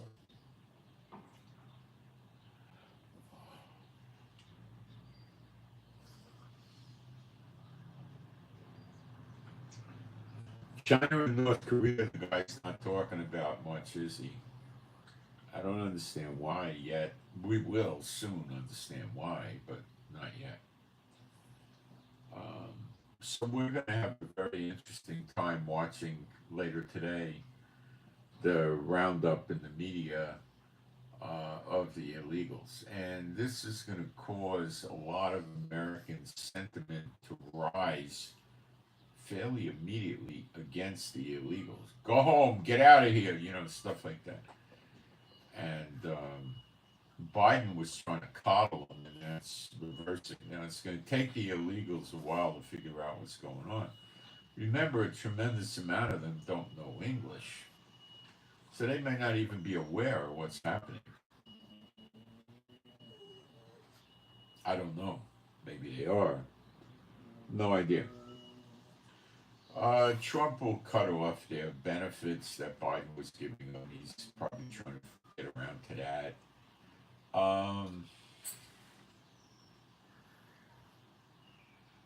It's pretty interesting. Let's see what else I can pick up right now as to what's going on with the Trump. But it's fascinating to see this go on.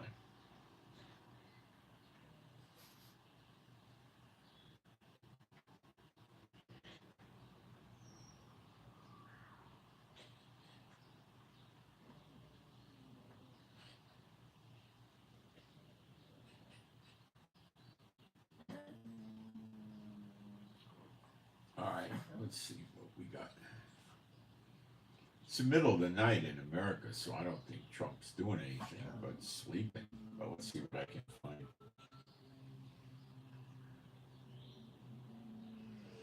The IDF is now building bases in southern Syria. There's a picture. I'm putting it up on my Telegram. The IDF is continuing ground operations in Khan Arnaba, that's in Syria, as well as in the city of Bat in the Quneitra province.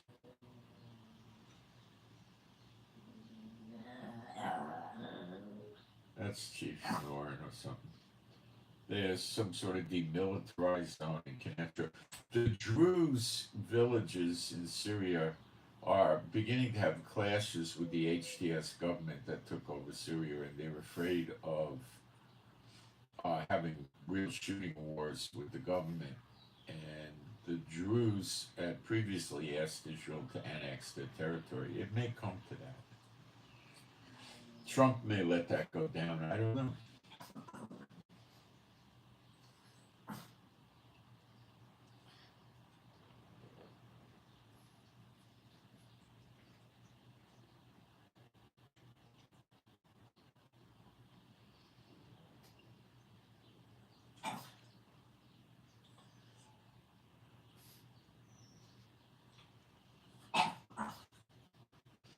Israel is not abandoning or moving out of Lebanon positions that the Israeli military has now at the 60-day mark, which is January 26th. This is the Lebanon ceasefire.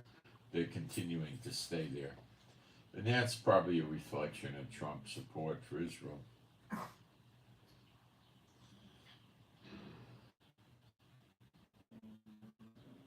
So the next prison release is supposed to be Saturday the 25th. I believe it's now Sunday the 26th.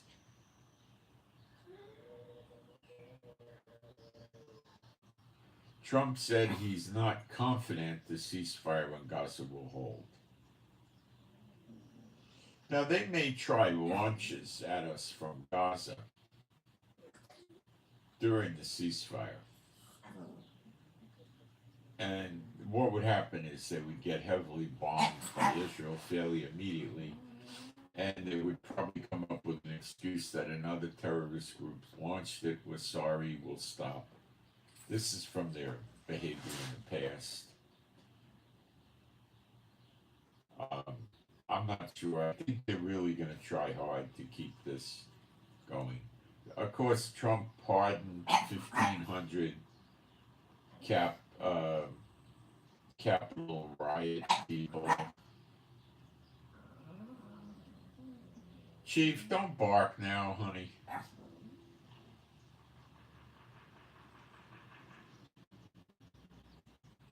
Trump pulled out of the Paris Climate Accord, which is idiotic. Trump withdrew from World Health Organization. That's good. Biden pardoned Fauci, what was his name? Fauci, something like that from that. And Biden pardoned all his family members. We haven't yet seen a president pardon himself, but Trump may do that. No, Chief, not yet. And the Trump recognizing only two genders, male and female, is going to light up the country, I promise you. And also understand, combining that with the carry concealed weapon reciprocity, which could also be open carry reciprocity, they two fit together. It's going to be very offensive to the left-wing people, massively offensive.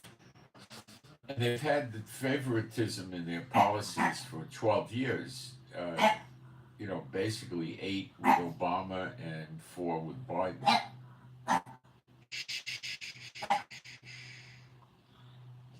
He took away the security clearances for 51 federal agents, lying about Hunter Biden's laptop. Well, that doesn't mean they're going to get fired or quit. They're going to have to be kept away from high security documents, so they're going to get scut work, crap work, try to get them to quit, go from federal to local law enforcement, stuff like that.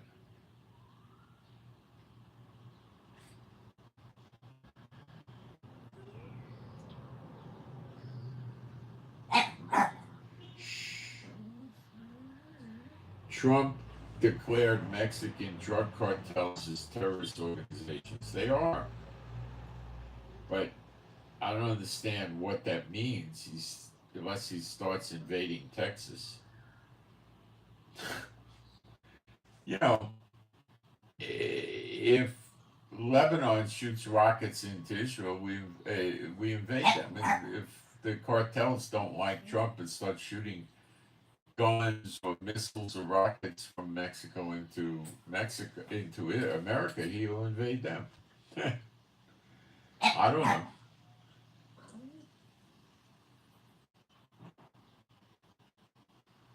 On Monday, we actually had 915 aid trucks going to Gaza. That's massive amount. Stop, Chief. No. And the Gazans continue to complain about they're not getting enough aid.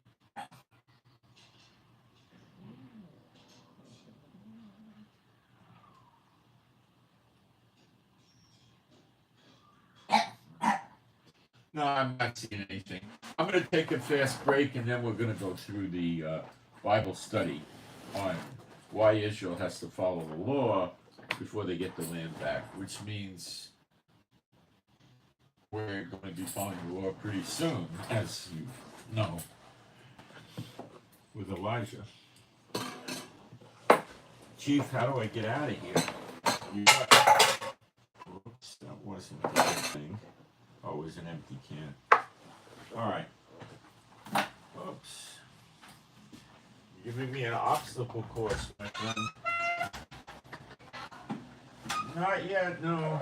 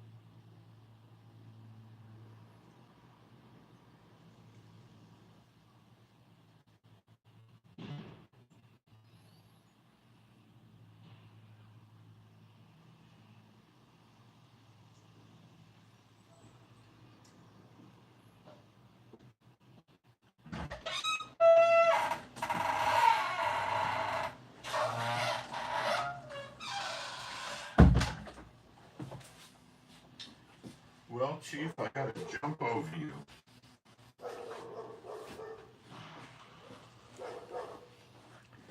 All right. Let's get into it.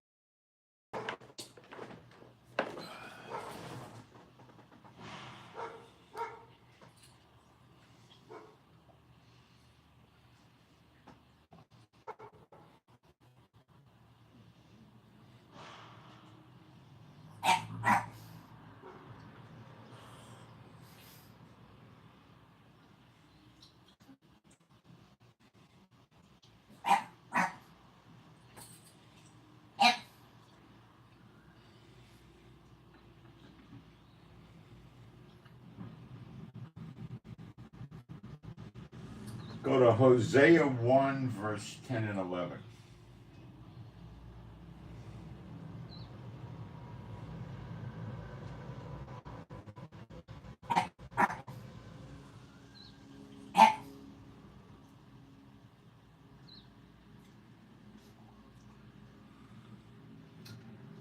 Yet the number of the children of Israel shall be as the sand of the sea, which cannot be measured nor numbered. And it shall come to pass that in the place where it was said unto them, you are not my people, there it shall be said unto them, you are the sons of the living God.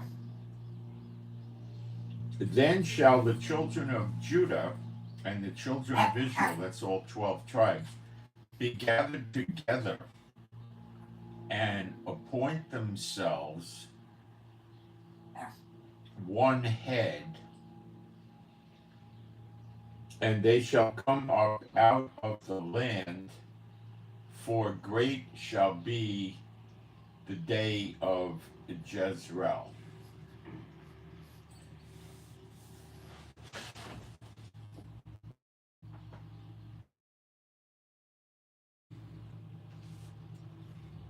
Jezreel Valley. Okay.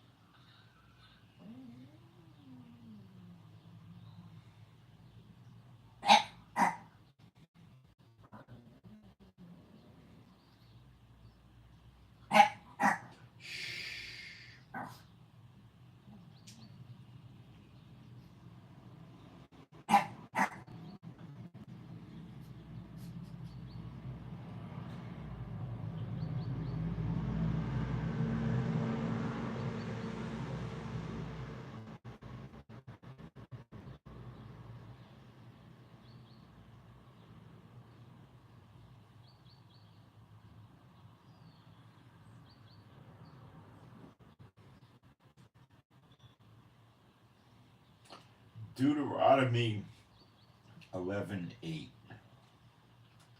Oops, wrong book. Deuteronomy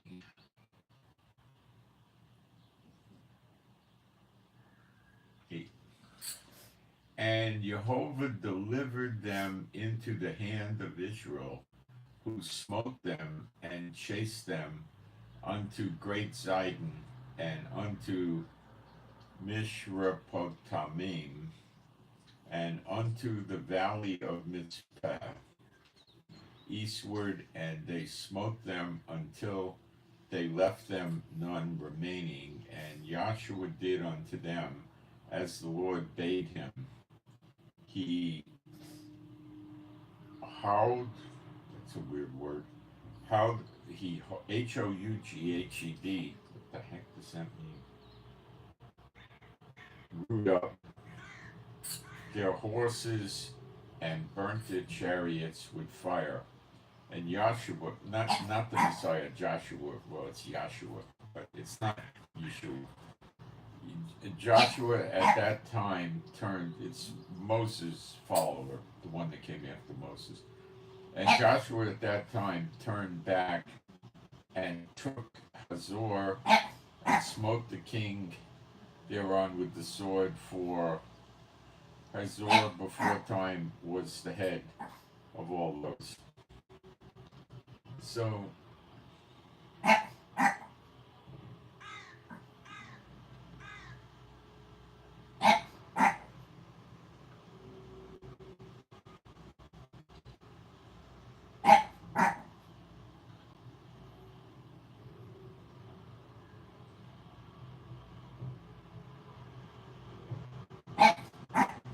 in verse 6 we read, Joshua said, and Jehovah said unto Joshua, be not afraid because of them, for tomorrow about this time will I deliver them up all slain before Israel.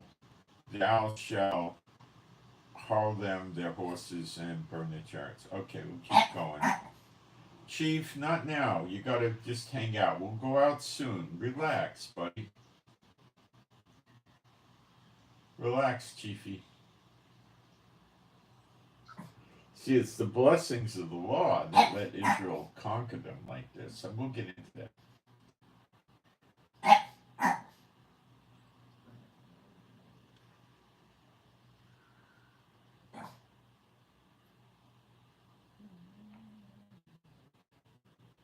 Hang on a second.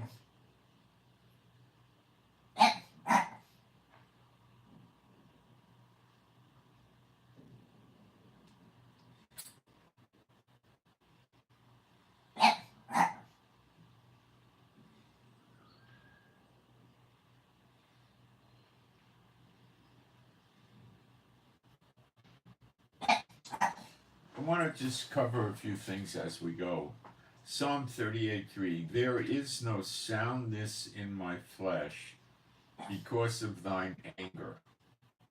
Speaking to the Lord. Neither is there any rest in my bones because of my sins. For my lawlessness are gone over my head as a heavy burden. They are too heavy for me. My wounds stink and are corrupt because of my foolishness. I am troubled, I am bowed down greatly. I go mourning all the day long. For my loins are filled with loathsome disease, and there is no soundness in my flesh. I am feeble and sore, broken. I have roared by reason of the disquietness of my heart. Lord, all my desire is before thee, and my groaning is not from thee.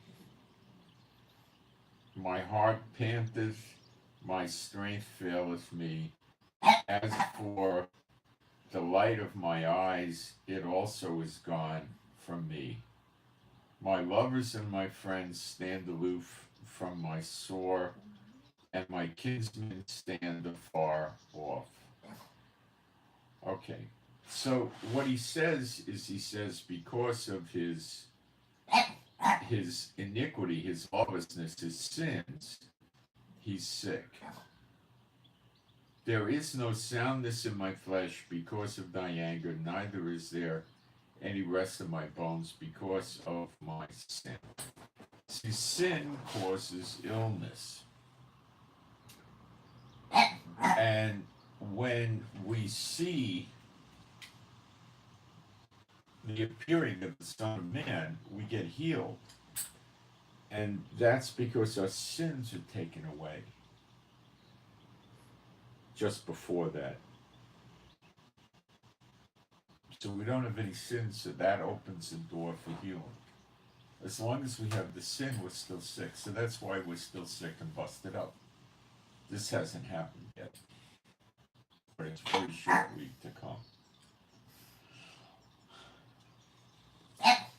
No, Chief, come on. Micah 6:13. Chief, come on, wait a while. Micah 6:13. You're probably upsetting a lot of dogs out there listening to your barking. You don't know that, though. Therefore also will I make thee sick in smiting thee, in making thee desolate because of thy sins.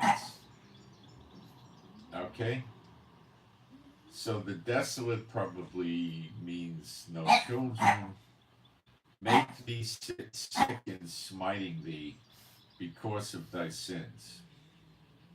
Thou shalt eat, but not be satisfied, and thy casting down shall be in the midst of thee, and thou shalt take hold, but shall not deliver, and that which thou deliver will I give unto the sword. That's a lot what's happening to Israel now with the terrorists. You know, we're not really defeating them. We're not getting their land back yet. But when the sins are gone and we get redemption, and then we obey the law, we do the law, which Elijah is going to help us with, and the Levites, then the blessings of the Lord come on us, and we get rid of our enemies and we get the land back. I'm going to keep developing this. It's foreign to the church, of course. 1 Corinthians 11:30. Keep hitting the wrong one.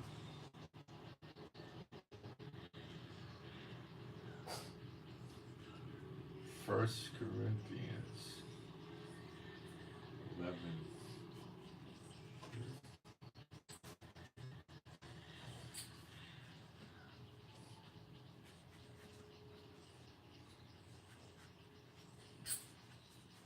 Have all the gifts of healing.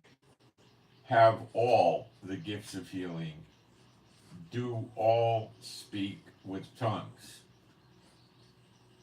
Do all interpret.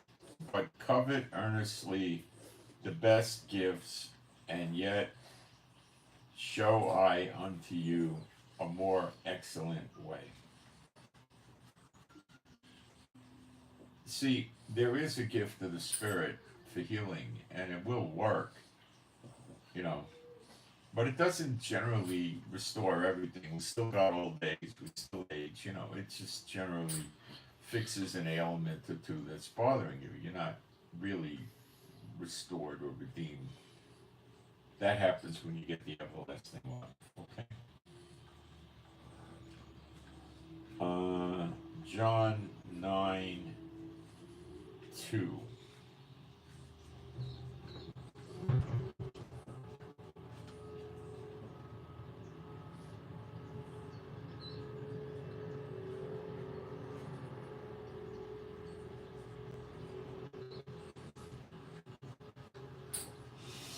And his disciples asked him, saying, Master, who did sin, this man or his parents, that he was born blind? Yeshua answered, neither hath this man sinned, nor his parents, but that the works of God should be made manifest in him.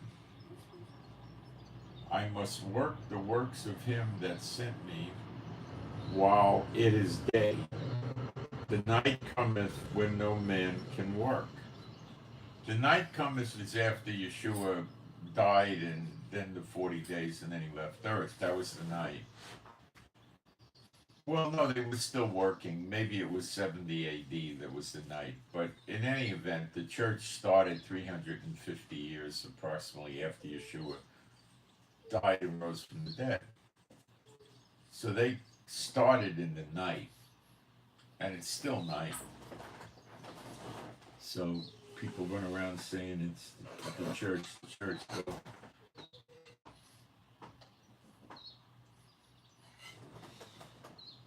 Chiefy, what's going on here? Come to me. Come here. Well, you're walking around real good in the warm air. The warm one, okay? You want to get petted? Is that it? That make you feel better? Huh? Huh? You like that? You like that puppy? Okay. You're a good boy chick.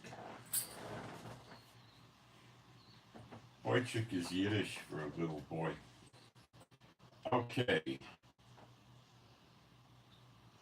I think boy chickul is a little girl. Not sure on that though. James 5:13.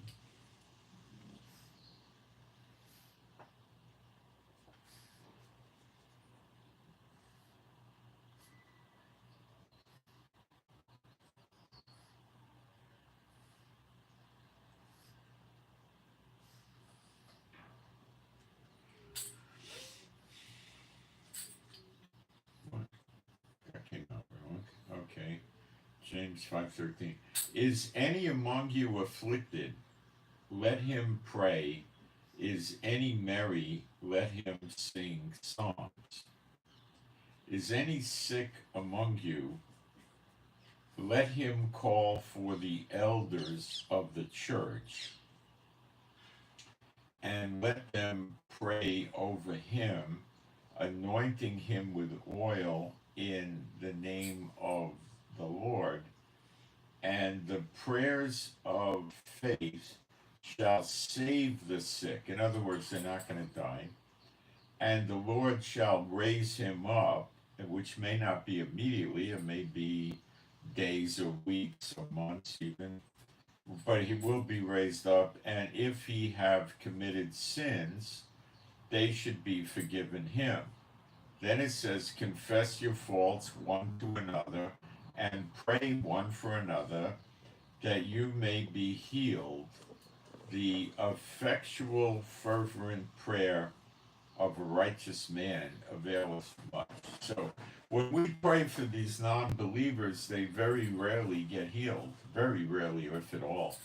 They don't confess their sins. So if you want to work with them to get healed, you should explain to them the book of James chapter 5 and ask them to confess their sins, which is basically getting them saved, because the confessing the sins would be in Yeshua's name, asking for forgiveness. But basically, they're getting saved. Then the healing prayers will probably work. So this is, by hook or crook, we bring them into the kingdom without lying or deceiving. You know, you got the idea, okay? So go through this with them in James 5, and the exact verse would be, confess your faults one to another, James 5:16. And then we put them up for prayer, and it'll probably work then. It's worth a try, right? And even if the person is a believer, you should still talk about them confessing their sins. They don't really have to confess their sins to you. They can. If they can confess it to the Lord, that'd be enough, I'm sure. I'm rather certain on that. Okay? And sometimes you might get a boom healing. You know, I prayed for people, they got a cold flu, and then boom, it lifts in seconds or a minute or two or something. That can happen. And then it could also happen more slowly. Same with praying for animals. You raise them up. Well, it's not the same thing. They don't confess sins, but he could give them a slow healing, or he could give them an instant healing. You know, it's up to him. Most of the time, we see what we would call a slow healing versus an instant healing. Okay. So these prophecies, or these instructional scriptures, more accurately said, are for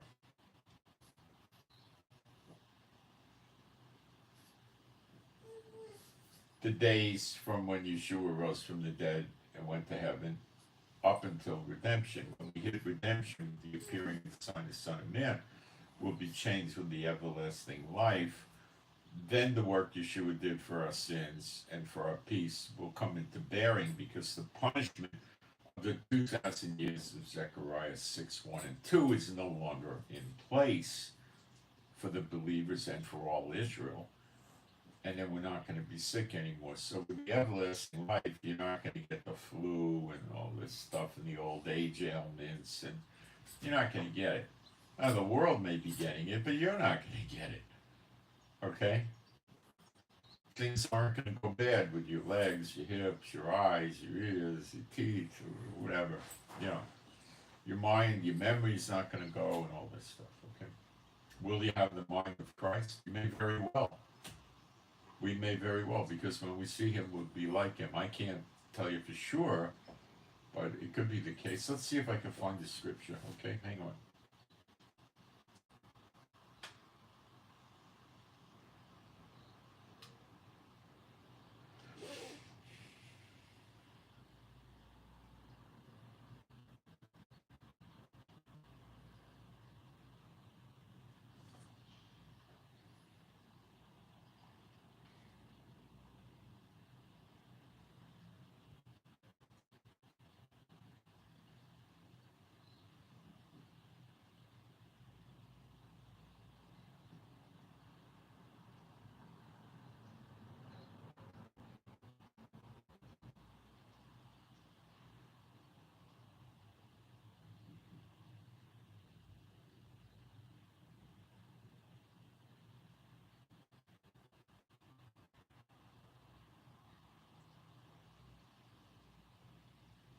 Well, I think the scripture is 1 Corinthians 2:16. I'll read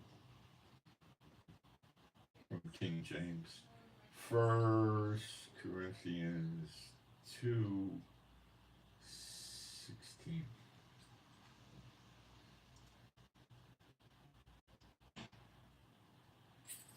Something's changed with this thing. Okay. For who hath known the mind of the Lord that he may instruct him? But we have the mind of Christ. Well, that's, I believe, in the past. We have the mind, so we tend to think like him. Let me see if there's other scriptures.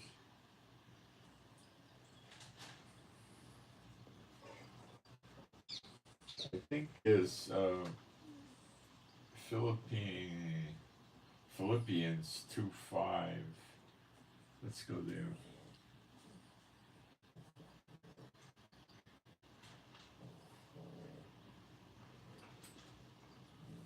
Let this mind be in you, which was also in Christ Jesus. Okay, let's go back. Look not every man on his own things, but every man also on the things of others.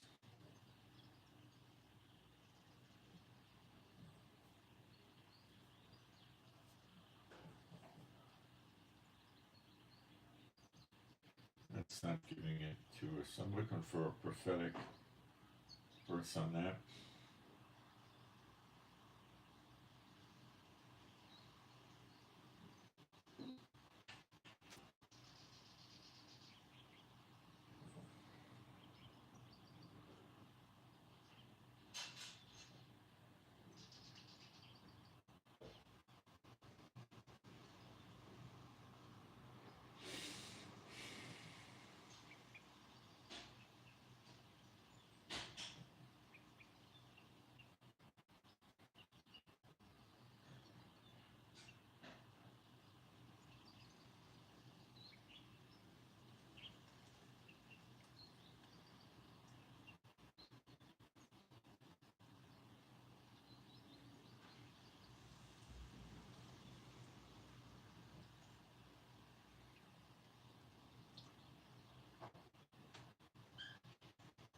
Romans 12:2.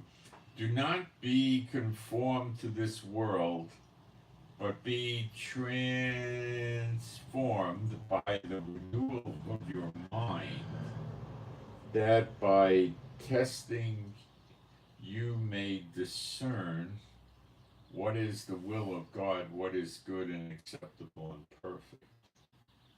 Okay. 1 Timothy 1:7.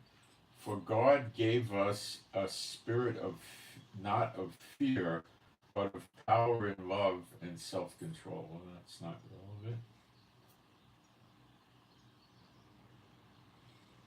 1 Peter 1:12. Therefore, preparing your minds for action and being sober-minded, set your hope fully on the grace that will be brought to you at the revelation of Yeshua HaMashiach. Let's read that correct in a good translation. 1 Peter 1:13. This is what I was looking for. 1 Peter 1:13. Wherefore, gird up the loins of your mind. Be sober, and in other words, don't be a drunk or a stoner, and hope to the end for the grace that is to be brought unto you at the revelation of Yeshua HaMashiach. The disclosure, the revelation, that's the appearing of the sign of the Son of Man. That's the revelation, not the return to earth 70 years after the appearing. Wherefore, gird up the loins of your mind. In other words, get your head straight, right? with the scriptures. Be sober, don't be a stoner or a drunk, and hope to the end for the grace that is to be brought unto you. You see, we don't deserve what Yeshua is going to give us when he appears, but we get it out of the grace and the mercy of the Lord. Be brought unto you at the revelation of Yeshua HaMashiach. You see, it's all there.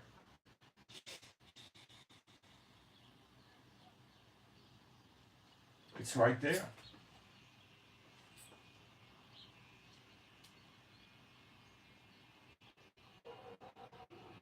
It doesn't say we're going to get the mind of Christ, but we're going to get plenty. I think we're going to get a lot closer to the mind of Yeshua than we have now. But it's amazing how it says the revelation, and the church keeps covering this stuff up, isn't it?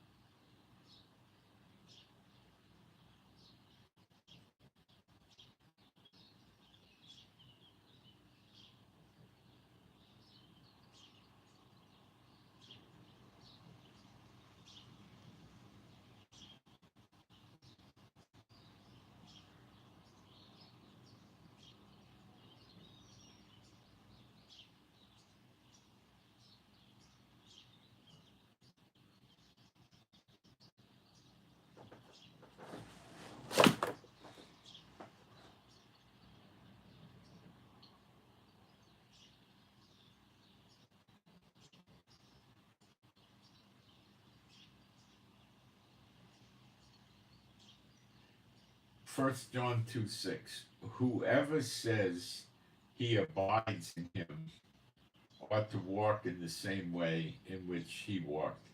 Well, he didn't disregard the scriptures like the churches do, did he? No. He didn't contradict the scriptures, did he? No.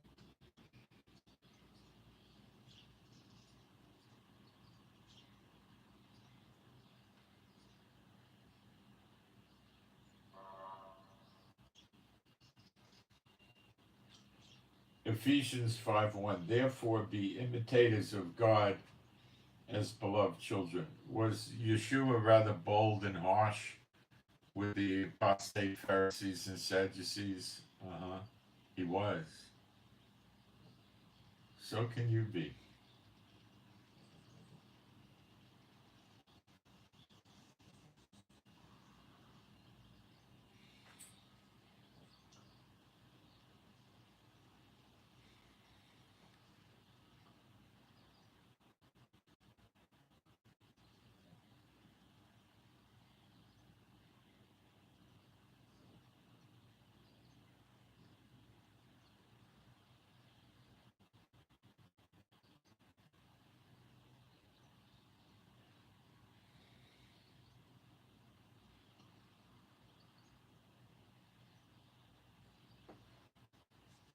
Okay, 1 Peter 4:17.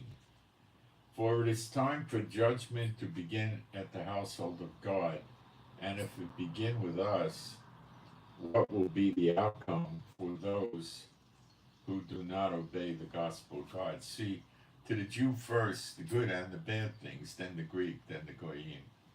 So I believe our wars have just ended. The siege is not that much of a war as it is a surrounding siege. Okay? But now the wars are going to come on the nations. Watch. Watch. And the destructions as well.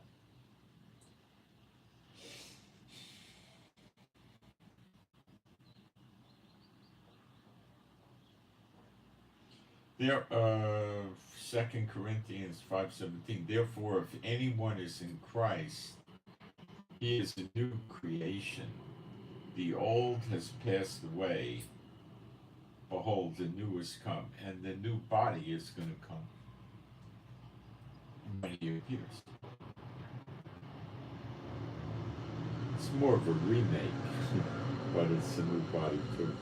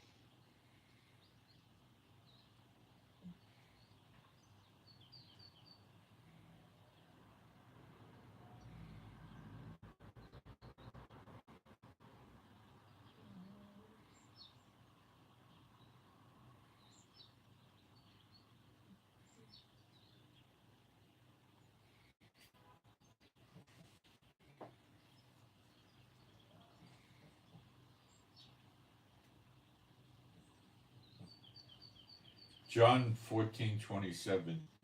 Shalom I leave with you, my shalom I give you. Not as the world gives, do I give to you.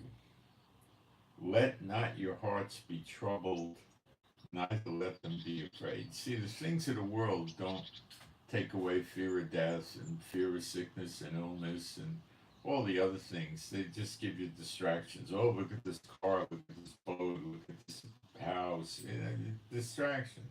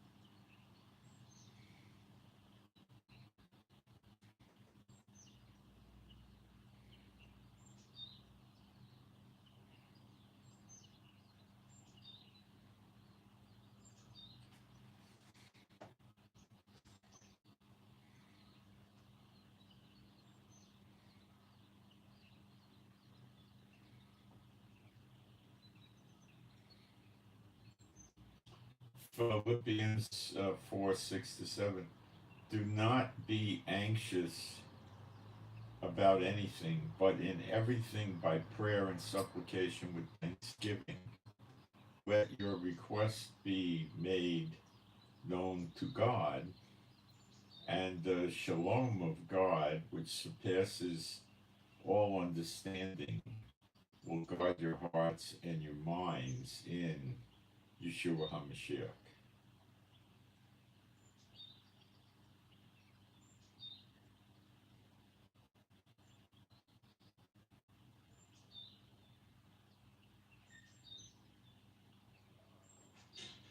Second Timothy 3:16. All scripture is breathed by God and profitable for teaching, for reproof, for correction, and for training in righteousness.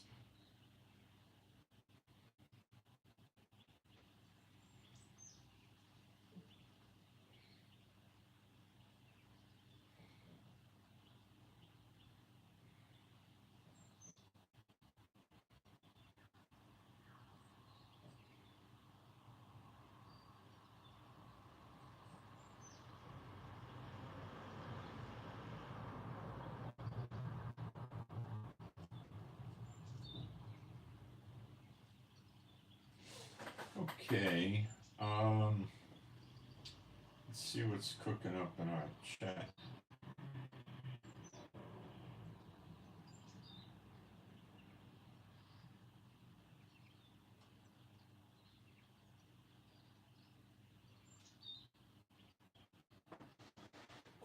Josephus's writings are pretty interesting.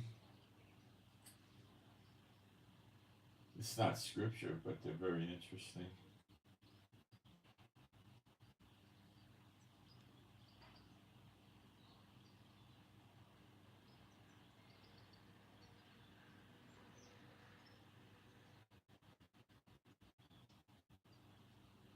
I'm in Israel. Okay. Um,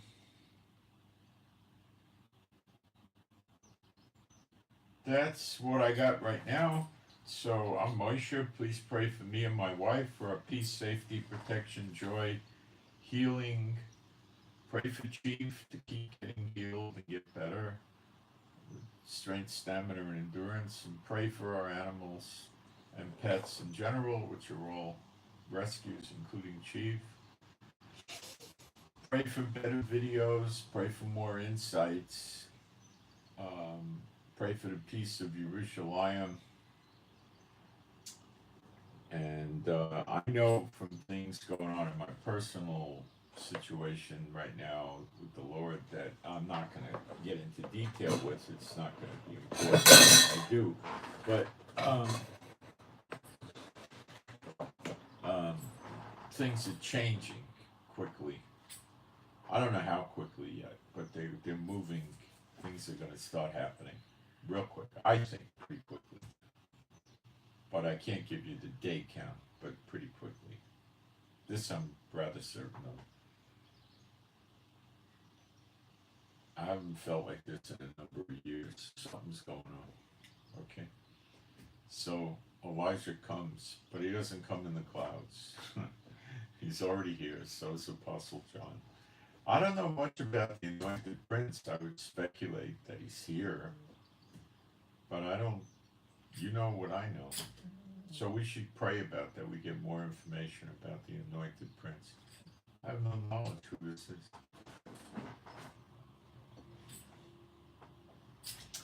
And what else? That's what I got for today. And before we get the land back, we're going to have to perform the law because then we get the blessings of the Lord. And that's going to let us win with the two witnesses destroying the enemies in Zechariah 12:6. And that's going to bring on Zechariah 12:10, the appearing of the Son of Man. I think the Elijah, you know, he prepares all things for Yeshua to return to earth. And the first stage is probably the appearing, or one of the most important first stages is the appearing of Yeshua in the clouds, seated at the right hand of God the Father. And I think that Elijah training the Levites is going to bring that on because they're going to make the sacrifices and offering acceptable unto the Lord. And that brings the blessings of the Lord on, which is going to get rid of our sicknesses and diseases and our sins, and that's the appearing of the sign of the Son of Man and the pouring out of the Spirit on the Israelites. And then comes the Exodus, and we get the land back and all the great stuff. So again, we're looking for Elijah, and I believe Elijah would need to have safety. In other words, no incoming missiles, rockets, drones blowing up and stuff when he's training the Levites, and even be in the tabernacle of the temple. It's unlikely he's just going to work with a plain old altar. Possible, of course, we know, but not likely. So there you have it. And be excited, lift up your heads, redemption draweth nigh. And I send my shalom to all those who love Yeshua HaMashiach, and I'm out. And be strong in the Lord, be bold. Don't be afraid to be bold. Don't be afraid It's all good. All things work to good for those who love the Lord. Okay, I'm out.